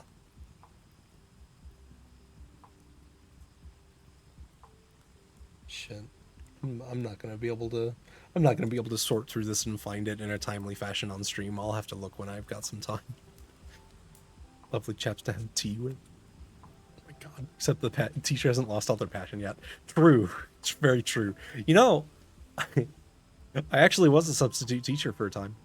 I was a teacher in a grade school. So you're not entirely wrong. I've had a lot of jobs over the years. Can't sleep. I'm sorry, Bivvy's mom. It's pretty cool, actually. Yeah. It's a little fun Bivvy fact. All right, let's get back into this. Hunto 15. Bivvy teacher. Yeah, I was. Was to become a teacher. Oh, that's sweet. Teach you how to read. Okay, I'll break out my Hooked on Phonics books that I used to learn when I was a kid. COVID hit and lost all motivation. That's a fucking mood. Can you do the substitute teacher noise? You're gonna have to be more specific, because I've heard a lot of substitute teacher noises over the years. Kanto 15. Baby to be an audiobook reader. I have considered actually recording myself reading chapters of books and putting them on YouTube. This will do for now. I'm glad. Still the Seventh Circle, Third Ring. The Violent Against God. Second Zone. The Sodomites, endlessly crossing the fiery sands beneath the rain of fire. Brunetto Latini, whom Dante treats as Mento. Priscian Francesco de Accorso and Andrea de Mozzi, Bishop of Florence. would always listen to me. Aw, thank you, Mom. Listen to them until YouTube tells me to fucking stop. Oh my god. Sodom. Like Sodomites. As in residents of the city of Sodom. Now one of the hard borders bears us forward. The river mists forms shadow overhead and shields the shores and water from the fire. Just as between Wissant and Bruges, the Flemings, in terror of the tide that floods toward them, have built a wall of dikes to daunt the sea. And as the Padoans along the Britannia build bulwarks to defend their towns and castles before the dog days fall of Carantana, just so were those embankments, even though they were not built so high and not so broad. Whoever was the artisan who made them. By now we were so distant from the wood that I should not have made out where it was, not even if I'd turned around to look, when we came upon a company of spirits who made their way along the bank, and each stared steadily at us as in the dusk. Beneath the new moon, men look at each other. They knit their brows and squinted at us, just as an old tailor at his needle's eye. And when that family looked harder, I was recognized by one who took me by the hem and cried out, "This is marvelous!" That spirit having stretched his arm toward me, I fixed my eyes upon his baked brown features, so that the scorching of his face could not prevent my mind from recognizing him. And lowering my face to meet his face, I answered him, "Are you here, Sir Brunetto?" Hi, Lucky. Building dikes in hell. Going from being done. In English, it's spelled D-Y-K-I, or D-Y-K-E-S. That's the English spelling.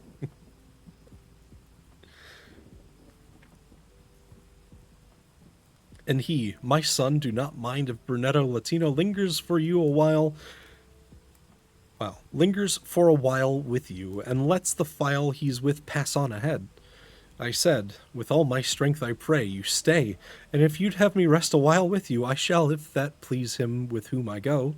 O son," he said, "whoever of this flock stops but a moment stays 100 years and cannot shield himself when fire strikes. Therefore move on.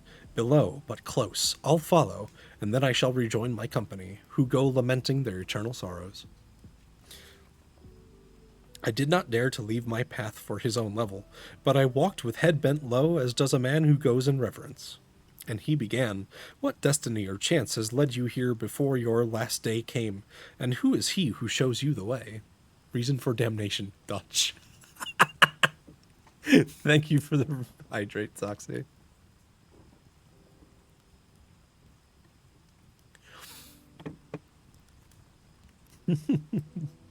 Dutch. There's only two things in this world I can't stand. People who are intolerant of other people's cultures, and the Dutch. Thank you for the pets, XM. "There in the sunlit life above," I answered, "before my years were full, I went astray within a valley. Only yesterday at dawn I turned my back upon it, but when I was newly lost, he here appeared to guide me home again along this path. And he to me, 'If you pursue your star, you cannot fail to reach a splendid harbor. If in fair life I judged you properly, and if I had not died too soon for this, on seeing heaven was so kind to you, I should have helped sustain you in your work. But that malicious, that ungrateful people come down in ancient times from Faisal, still keeping something of the rock and mountain, for your good deeds will be your enemy. And there is cause among the sour sorbs. The sweet fig is not meant to bear its fruit. The world has long since called them blind, a people presumptuous, avaricious, envious. Be sure to cleanse yourself of their foul ways. Intolerant to fish culture, stealing their lands. We're full of spite for water, fuck the ocean."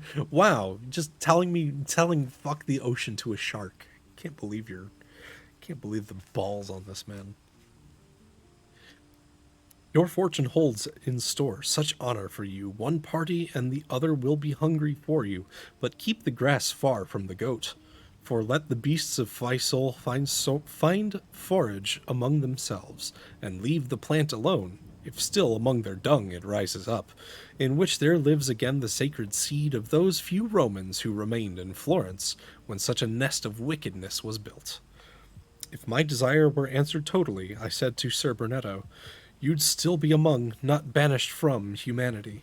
Within my memory is fixed, and now moves me, your dear, your kind paternal image, when in the world above from time to time you taught me how man makes himself eternal, and while I live my gratitude for that must always be apparent in my words. What you have told me of my course I write. I keep it with another text, for comment by one who'll understand if I may reach her. One thing alone I'd have you plainly see. So long as I'm not rebuked by conscience, I stand prepared for fortune, come what may. My ears find no new pledge in that prediction. Therefore, let fortune turn her wheel, as she may please, and let the peasant turn his mattock. It's trying to drown us every day. Pretty valid reason to tell it to fuck off. Got lovely sharks, though. Just get taller, Lamau. System's already really tall, though. He's fucking taller than me. In real life. My son is pretty big, though. At this, my master turned his head around and toward the right, and looked at me and said, he who takes note of this has listened well. But nonetheless, my talk with Sir Bernetto continues, and I ask of him who are his comrades of repute and excellence. And he to me, wait, why the fuck would you say who are your comrades of repute and excellence when this dude is literally in hell, walking with sinners? Sistal demon. And he to me, to know of some is good, but for the rest, silence is to be praised. The time we have is short for so much talk. In brief, know that my company has clerics and men of letters and of fame, and all were stained by one same sin upon the earth. Can vouch for that. Then again, everyone's tall. Everyone's tall to me. That's true. Toxie is a little derg. That sorry crowd holds Priscian and Francesco Diacorso, and among them you can see if you have any longing for such scruff. Scurf? Scurf. What is scurf? S-C-U-R-F. S-C-U-R-F. It's gonna be an archaic word for sure. Flakes on the surface of the skin that form as fresh skin develops below, occurring especially as dandruff.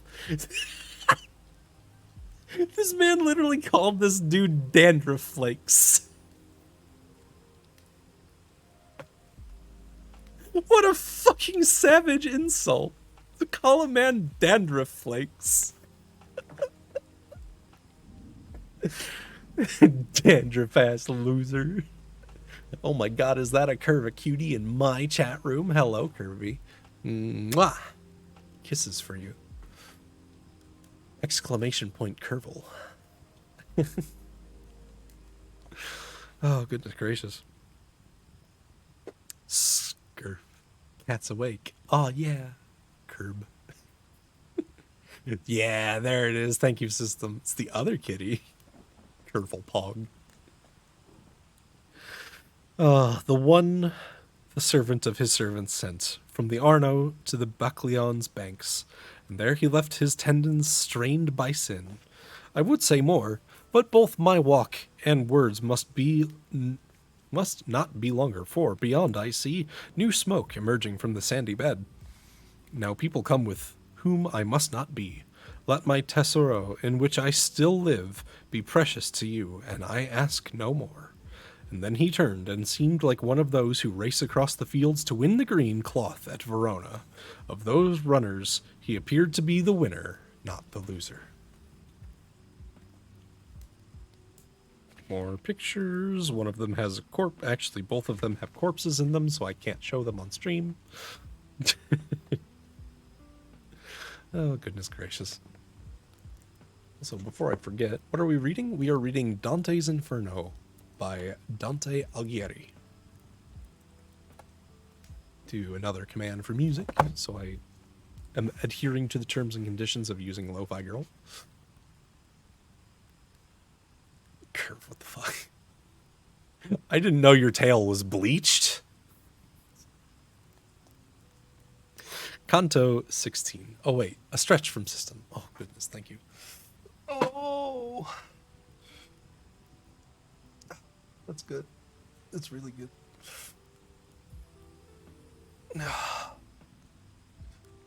Biv, you love all the tales. That is true. I'm a big tale appreciator. What is this cryptic language? What? Gotten a new coat. Oh, behave. Don't let that be the first thing you say coming into my fucking stream. More of a belly guy myself. That's fair. Belly is also very good. I'm also a belly appreciator. Canto 16. Still the 7th circle, 3rd ring, 2nd zone. Other sodomites, 3 Florentines, Guido Guerra, Tegiajo Aldobrandi, Jacopo Rostucci. Ooh, more Italian names I can't pronounce. Head up for the night. Have a good night, Soxy. Thank you for dropping in. Thank you for the huge donation. And thank you for being so fucking sweet in my chat. You get a good night kiss, my friend. Mwah. Just for you. My family is indeed Italian. They would be probably disappointed in me. But, hey, I don't speak Italian. I barely speak English. The decadence of Florence, Phlegethon cascading into the next zone, the cord of Dante used by Virgil to summon a monstrous figure from the waters. No sooner had I reached the place where one could hear a murmur like a beehive's hum of waters as they fell to the next circle, when, setting out together, 3 shades ran, leaving another company that passed beneath the rain of bitter punishment. They came toward us, and each of them cried out, "Stop! You who by your clothing seem to be someone who comes from our indecent country."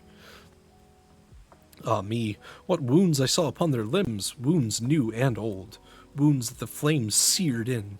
It still pains me as I remember it. When they cried out, my master paid attention. He turned his face toward me, and then he said, "Now wait. To these one must show courtesy.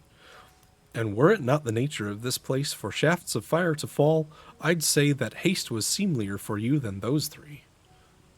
What country did he just roast? Italy. These are 3 men from Florence. So he's roasting specifically Florence. Florentine people.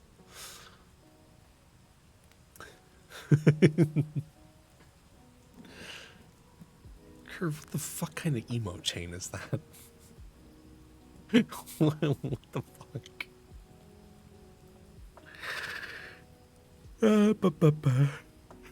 Oh, little yawn. As soon as we stood still, they started up their ancient wail again.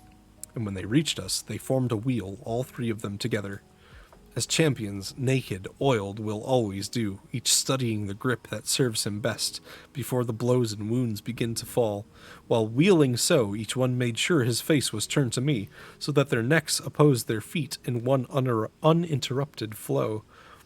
And, if the squalor of this shifting sand, together with our baked and barren features, makes us and our requests contemptible, one said, then may our fame incline your mind to tell us who you are, whose living feet can make their way through hell with such assurance. Curve is speaking the language of the gods. No wonder they work with the machine. Okay, music references, Mr. System Demon. He in whose steps you see me tread, although he now must wheel about, both peeled and naked, was higher in degree than you believe. He was a grandson of the good Guldrada, and Guido Guerra was his name. In life his sword and his good sense accomplished much. The other who behind me tramples sand, Tegiajo Aldobrandi, one whose voice should have been heeded in the world above, and I, who share this punishment with him, was Jacopo Restucci. Certainly, more than all else, my savage wife destroyed me. That's a mood. If I'd had shield and shelter from the fire, I should have thrown myself down there among them. I think my master would have sanctioned that, but since that would have left me burned and baked, my fear won out against good intention that made me so impatient to embrace them. Then I began. Your present state had fixed not scorn but sorrow in me, and so deeply that it will only disappear slowly. As soon as my lord spoke to me with words that made me understand what kind of men were coming toward us, men of worth like yours. For I am of your city, and with fondness I've always told and heard the others tell of both your actions and your honored names. Lots of smooches from Kirby. Oh, thank you. I leave the gall and go for the sweet apples that I was promised by my truthful guide, but first I must descend into the center. So may your soul long lead your limbs, and may your fame shine after you, he answered then. Tell us if courtesy and valor still abide within our city as they did when we were there, or have they disappeared completely? For Guglielm... pretty sure it's just Martin. My tongue has just completely stopped working, apparently. Guglielmo Borseri. I don't know if I pronounced that even remotely closely. I apologize. Pets, thank you, system. Who only recently has come to share our torments, and goes there with our companions, has caused us much affliction with his words. What the fuck is that face? Aussie 250 Kerchew. What the okay. Newcomers to the city, and quick gains have brought excess and arrogance to you, O Florence, and you weep for it already. So I cried out with face upraised. The three looked at each other when they heard my answer, as men will stare when they have heard the truth. If you can always offer a reply so readily to others, said all three, then happy you who speak at will so clearly. So, if you can escape these lands of darkness and see the lovely stars on your return, when you repeat with pleasure, I was there, be sure that you remember us to men. At this they broke their wheel, and as they fled, their swift legs seemed to be no less than wings. The time it took for them to disappear, more brief than time it takes to say amen. And so my master thought it right to leave. I followed him. We'd only walked a little when roaring water grew so near to us we hardly could have heard each other speak. And even as the river that is the first to take its own course eastward from Mount Viso, along the left flank of the Apennis, which up above is called the Aquacheta, before it spills into its valley bed and flows without name beyond Forli, reverberates above San Benedetto del Alpe as it cascades in one leap, where there is space enough to house 1,000. So did we hear that blackened water roar as it plunged down a steep and craggy bank, enough to deafen us in a few hours. Around my waist I had a cord as a girdle, and with it once I thought I should be able to catch the leopard with the painted hide. And after I had loosened it completely, just as my guide commanded me to do, I handed it to him, knotted and coiled. Haha, no spray emote for you. God. At this, he wheeled around upon his right and cast it some distance from the edge, straight down into the depth of the ravine. And surely something strange must here reply, I said within myself, to this strange sign, the sign my master follows with his eye.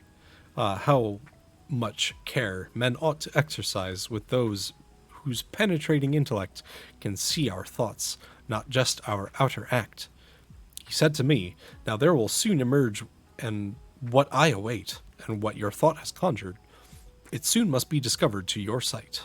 Faced with that truth, which seemed a lie, a man should always close his lips as long as he can, to tell it shames him even though he's blameless. But here I can't be still, and by the lines of this my comedy, reader, I swear, and may my verse find favor for long ears, that through the dense and darkened air I saw a figure swimming, rising up, enough to bring amazement to the firmest heart, like one returning from the waves where he went down to loose an anchor snagged upon a reef, or something else hid in the sea, who stretches upward and draws in his feet. This escalated, I know, right? So, my throat is beginning to get rather rough from talking this long and consistently. So, I'm going to read one more canto, and then I'm going to call it a night. I hope that you've enjoyed. I will try to make reading a more consistent thing, because I do really enjoy this. I do want to finish Dante's Inferno, and I would be very interested in doing reading streams on maybe other days, so I could have 2 days for gaming, 1 day for reading, 1 day for painting.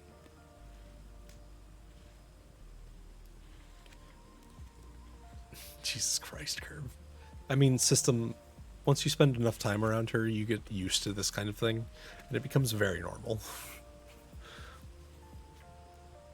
So, this will be our final canto for the evening. Canto 17. I'm bad at reading Roman numerals.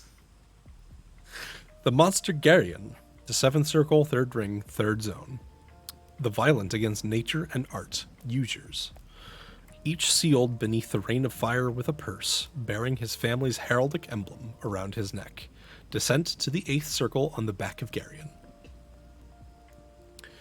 Behold the beast who bears the pointed tail, who crosses mountains, shatters weapons, walls.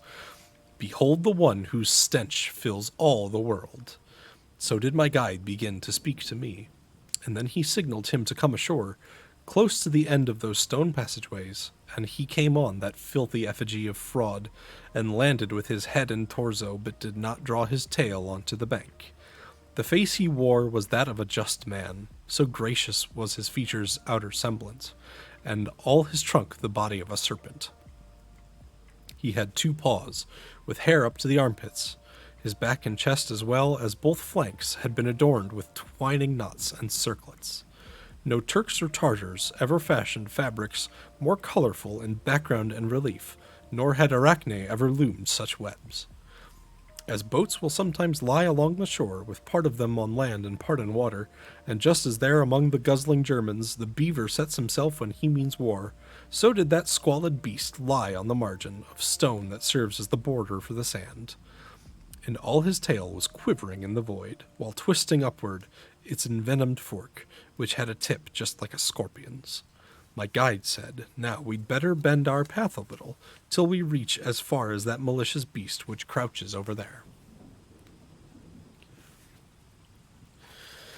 Thus, we descended on the right-hand side and moved 10 paces on the stony brink in order to avoid the sand and fire. When we had reached the sprawling beast, I saw, a little further on upon the sand, some sinners sitting near the fissured rock.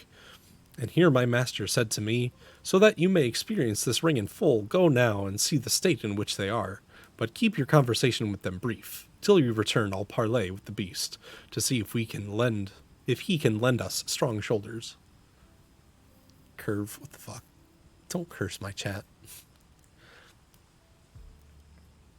So I went on alone, and even further along the 7th circle's outer margin, to where the melancholy people sat. Despondency was bursting from their eyes. This side, then that, their hands kept fending off, at times the flames, at times the burning soil. Not otherwise do dogs in summer, now with muzzle, now with paw, when they are bitten by fleas or gnats, or by the sharp gadfly. When I had set my eyes upon the faces of some on whom that painful fire falls, I recognized no one. But I did notice that from the neck of each a purse was hung, that had special colors and an emblem, and their eyes seemed to feast upon these pouches. Looking about, when I had come among them, I saw a yellow purse with azure on it, that had the face and manner of a lion. Then, as I let my eyes move further on, I saw another purse that was blood red, and it displayed a goose more white than butter, and one who had an azure, pregnant sow inscribed as an emblem on his white pouch said to me, what are you doing in this pit? Now you be off, and since you're still alive, remember that my named Vitalino shall yet sit here upon my left-hand side. Among these Florentines, I'm Paduan. I often hear them thunder in my ears, shouting, now let the sovereign cavalier, the one who will bring the purse with 3 goats, come. And this he slewed his mouth, and then he stuck his tongue out like an ox that licks its nose. Why am I like salt? Among them, God damn it. God, system, not like that. Paduan, Paduan.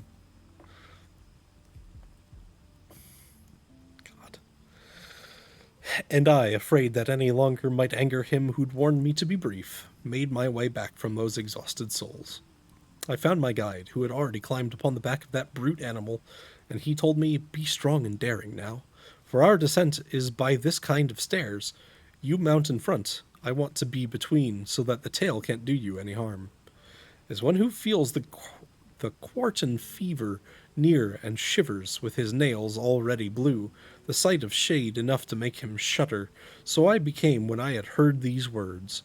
But then I felt the threat of shame, which makes a servant in his kind lord's presence brave. Heading to bed, by the way. Thanks for reading. Have a good night, everybody. See you later, Leo. Hope you have a lovely sleep, my friend, and I give you a good night kissy just for you. Mwah.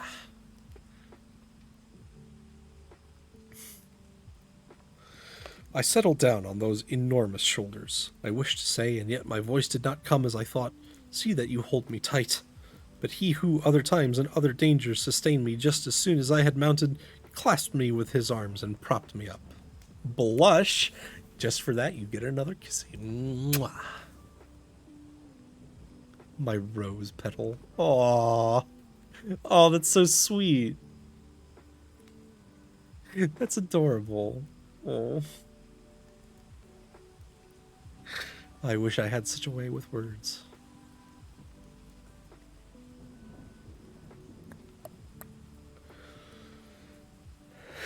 It's not sweet. It is sweet. It's not cheesy. Listen, I'm a fucking hopeless romantic, okay? If you call me pet names and you be like super sweet and cheesy to me like that, I will fucking melt. Like on God, I will just turn into a puddle. And propped me up and said, "Now, Garrion, move on. Take care to keep your circles wide, your landing slow. Remember the new weight you are carrying."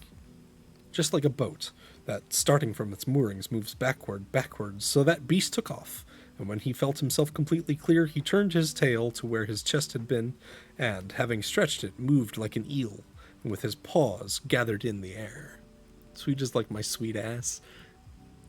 I don't know, Leo, you might have a sweet ass. Curve. No. Behave.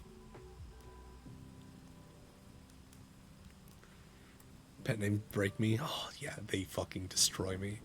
You just call me sweet things, I'm putty in your hands.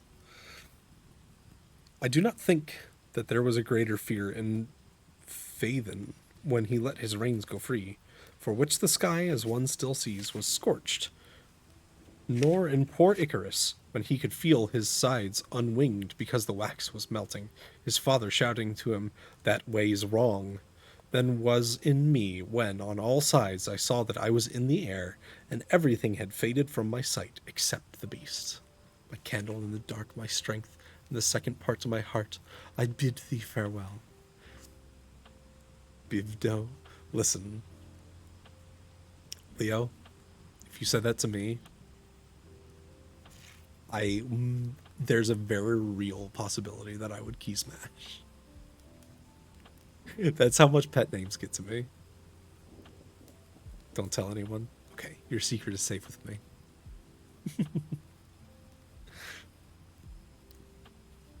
Slowly, slowly swimming, he moves on. He wheels and he descends. Oh.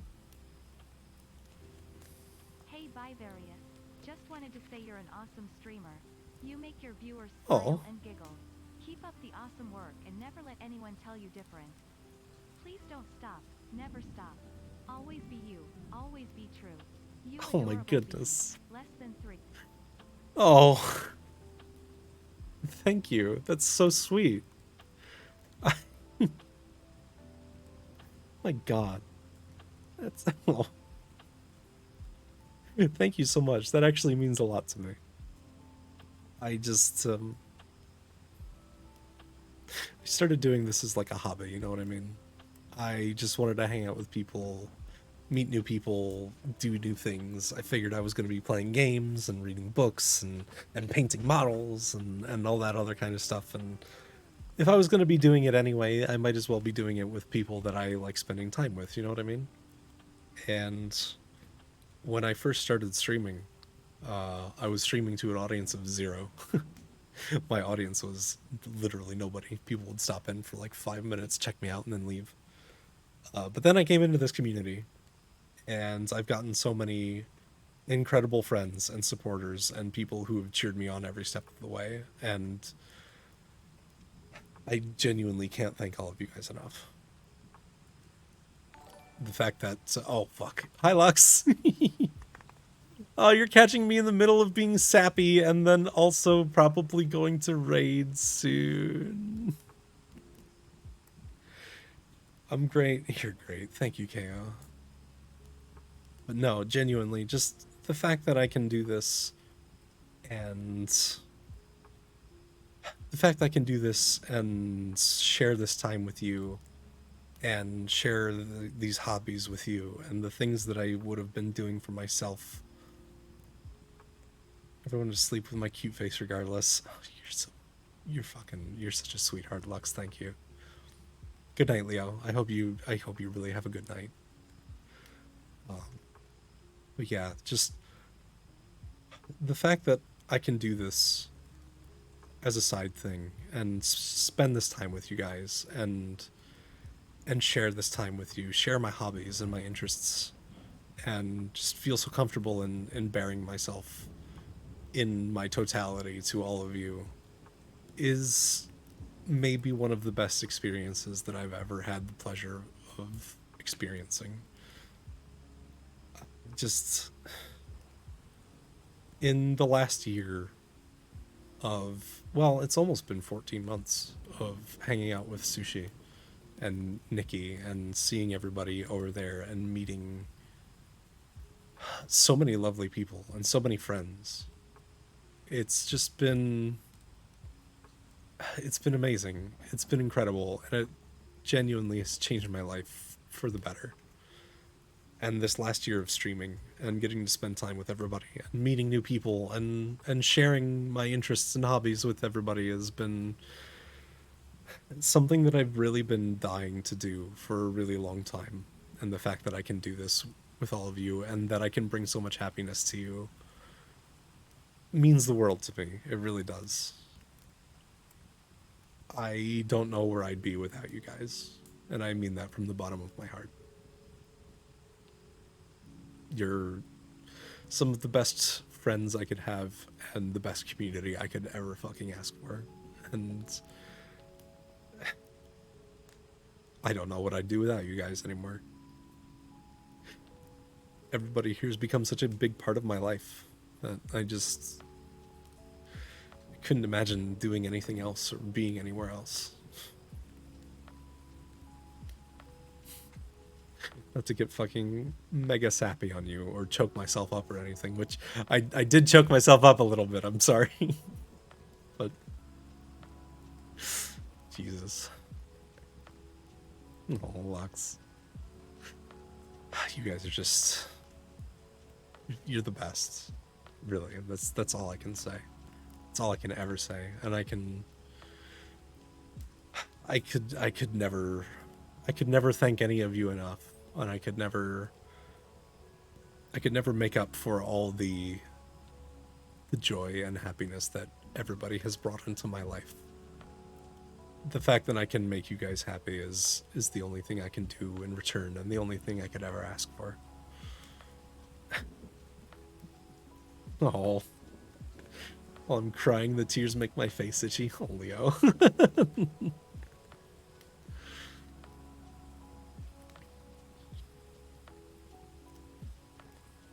Oh. Kai, I'm gonna read that whole message out loud. You're the very most welcome. I'm glad I managed to put a smile on your muscle today. You made my day by making yours just a little bit brighter. And again, thank you for plucking up courage to share the things you love doing with your loving community. Please never ever stop. It's like I always say to every streamer I visit, it takes one message to make someone smile, and I keep on supporting those with a passion for what they do. Let's be honest, the world isn't going to do it itself. God, you are just, you hit the nail on the head, my friend. It just, You know, with things are being the way they are right now, we all have to look out for each other. And with the people here in this community, I never have a doubt in my mind that we'll do just that for one another. You have to do much to make us happy. Y'all are cool as fuck. Thank you, Lux. Or Lux. Flows. I'm sorry.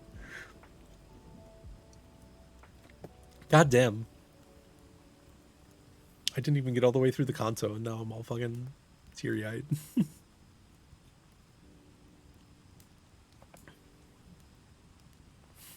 System.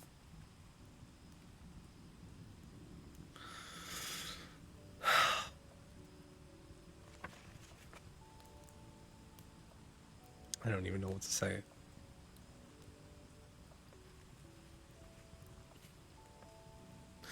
You guys are way too nice to me.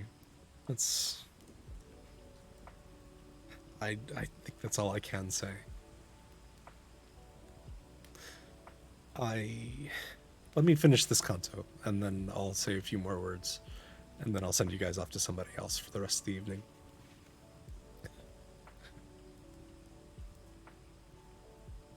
Can I be too nice to you? You can. I feel like you are. But let me finish this kanto. Let me finish this kanto, and I'll get back to it. Give a nice get knives. God. Already on our right, I heard the torrent resounding there beneath us, horribly, so that I stretched my neck and looked below. Then I was more afraid of falling off, for I saw fires and I heard laments, at which I tremble, crouching and hold fast. And now I saw what I had missed before, his wheeling and descent, because great torrents were drawing closer to us on all sides, just as a falcon long upon the wing, who, seeing neither lure nor bird, compels the falconer to cry, "Ah me, you fall," descends exhausted in 100 circles where he had once been swift, and sets himself embittered and enraged far from his master. Such, at the bottom of the jagged rock, was Garrion when he had set us down, and once our weight was lifted from his back, he vanished like an arrow from a bow. I'm actually going to bookmark here because there's a depiction of Garrion that I can share with you next. Kieranderg, thank you for the follow. Hold on, let me read KO's message and Lux's. And I will verbally correct your typo, KO. Your friendship means so much to so many people who care about you, Bivy. You're a lovely person, an amazing personality to be around, and you bring your own unique self into everything you do. A virtual shark, a person on camera, or just a person typing in text chat. You're amazing, and so many people here agree with that. God. And Lux. There's a reason I always gravitate towards you and Curve during the VR chat meetings. You both make me feel very happy and safe, and I love spending time with the both of you because of how wonderful and comforting it is to be around you two.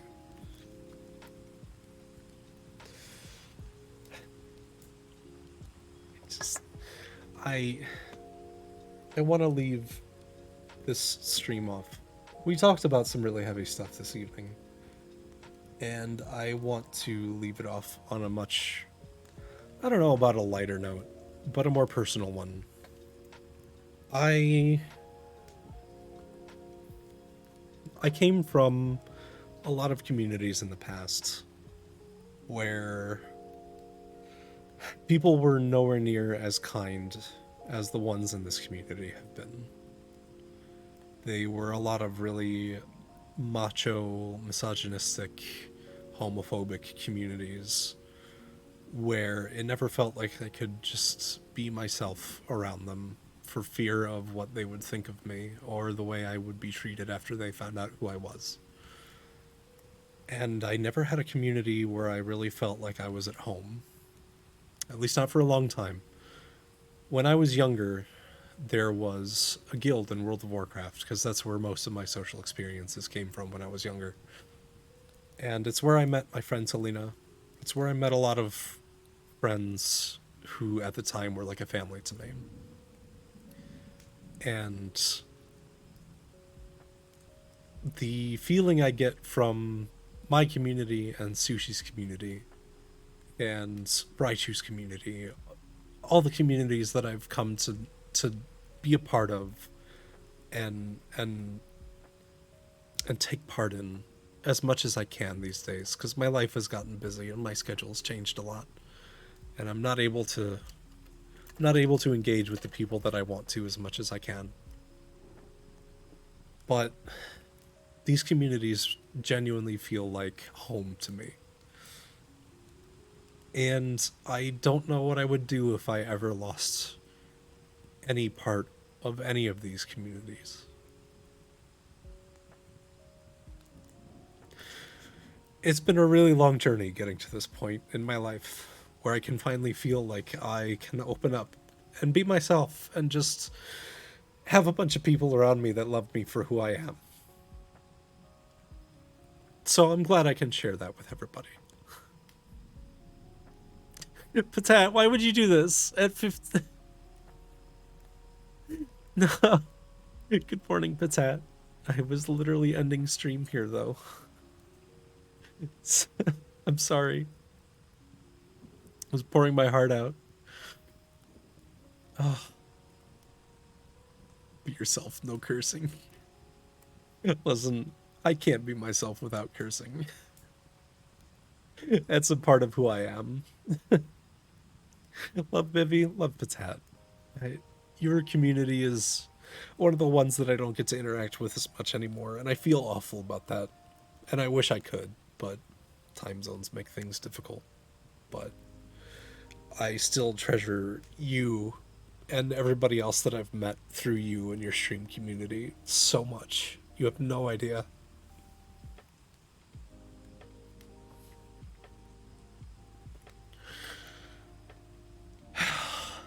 Jesus. Sorry about getting really emotional at the end here. Best vibes. Yeah. Thank you, Rai. Your community too. I don't know what I don't know what I would do without all you guys.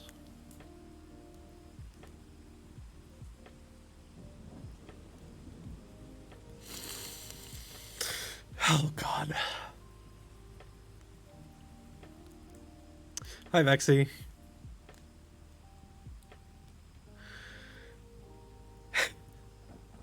I am shedding more than a few happy tears here, Luce. I can promise you that. You can probably hear it in my voice. Which is really just not great at the end of using my voice so much on this stream either. Someone who's there for anyone who needs it, at least when you have the time to offer Finn. The fact that you've gotten to find so many people that care about you is a lovely thing.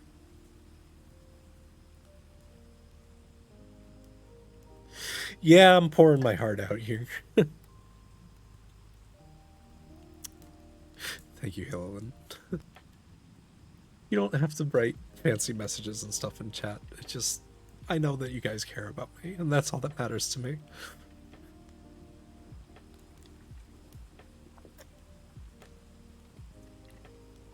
I do love hugs, so I would be more than happy to take those when I get the chance. Thank you, Maxie. I'm glad I met you guys too.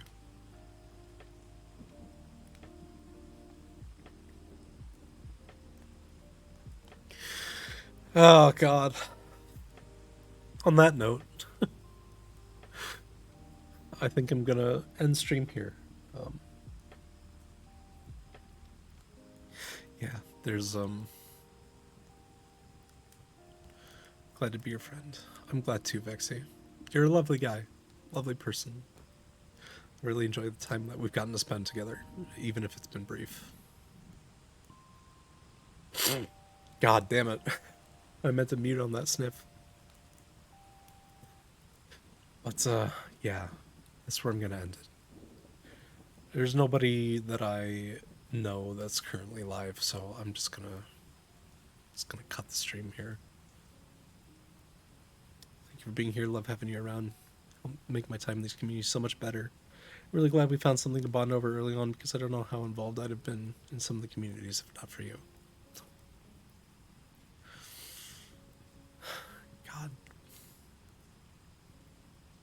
Thank you, everyone. Really, I don't have enough ways to say it, but thank you.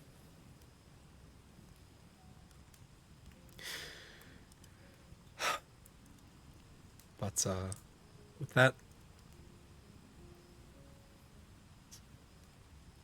I'm not sad. I'm not sad. I promise. These are the tears of joy. Save one for me, please.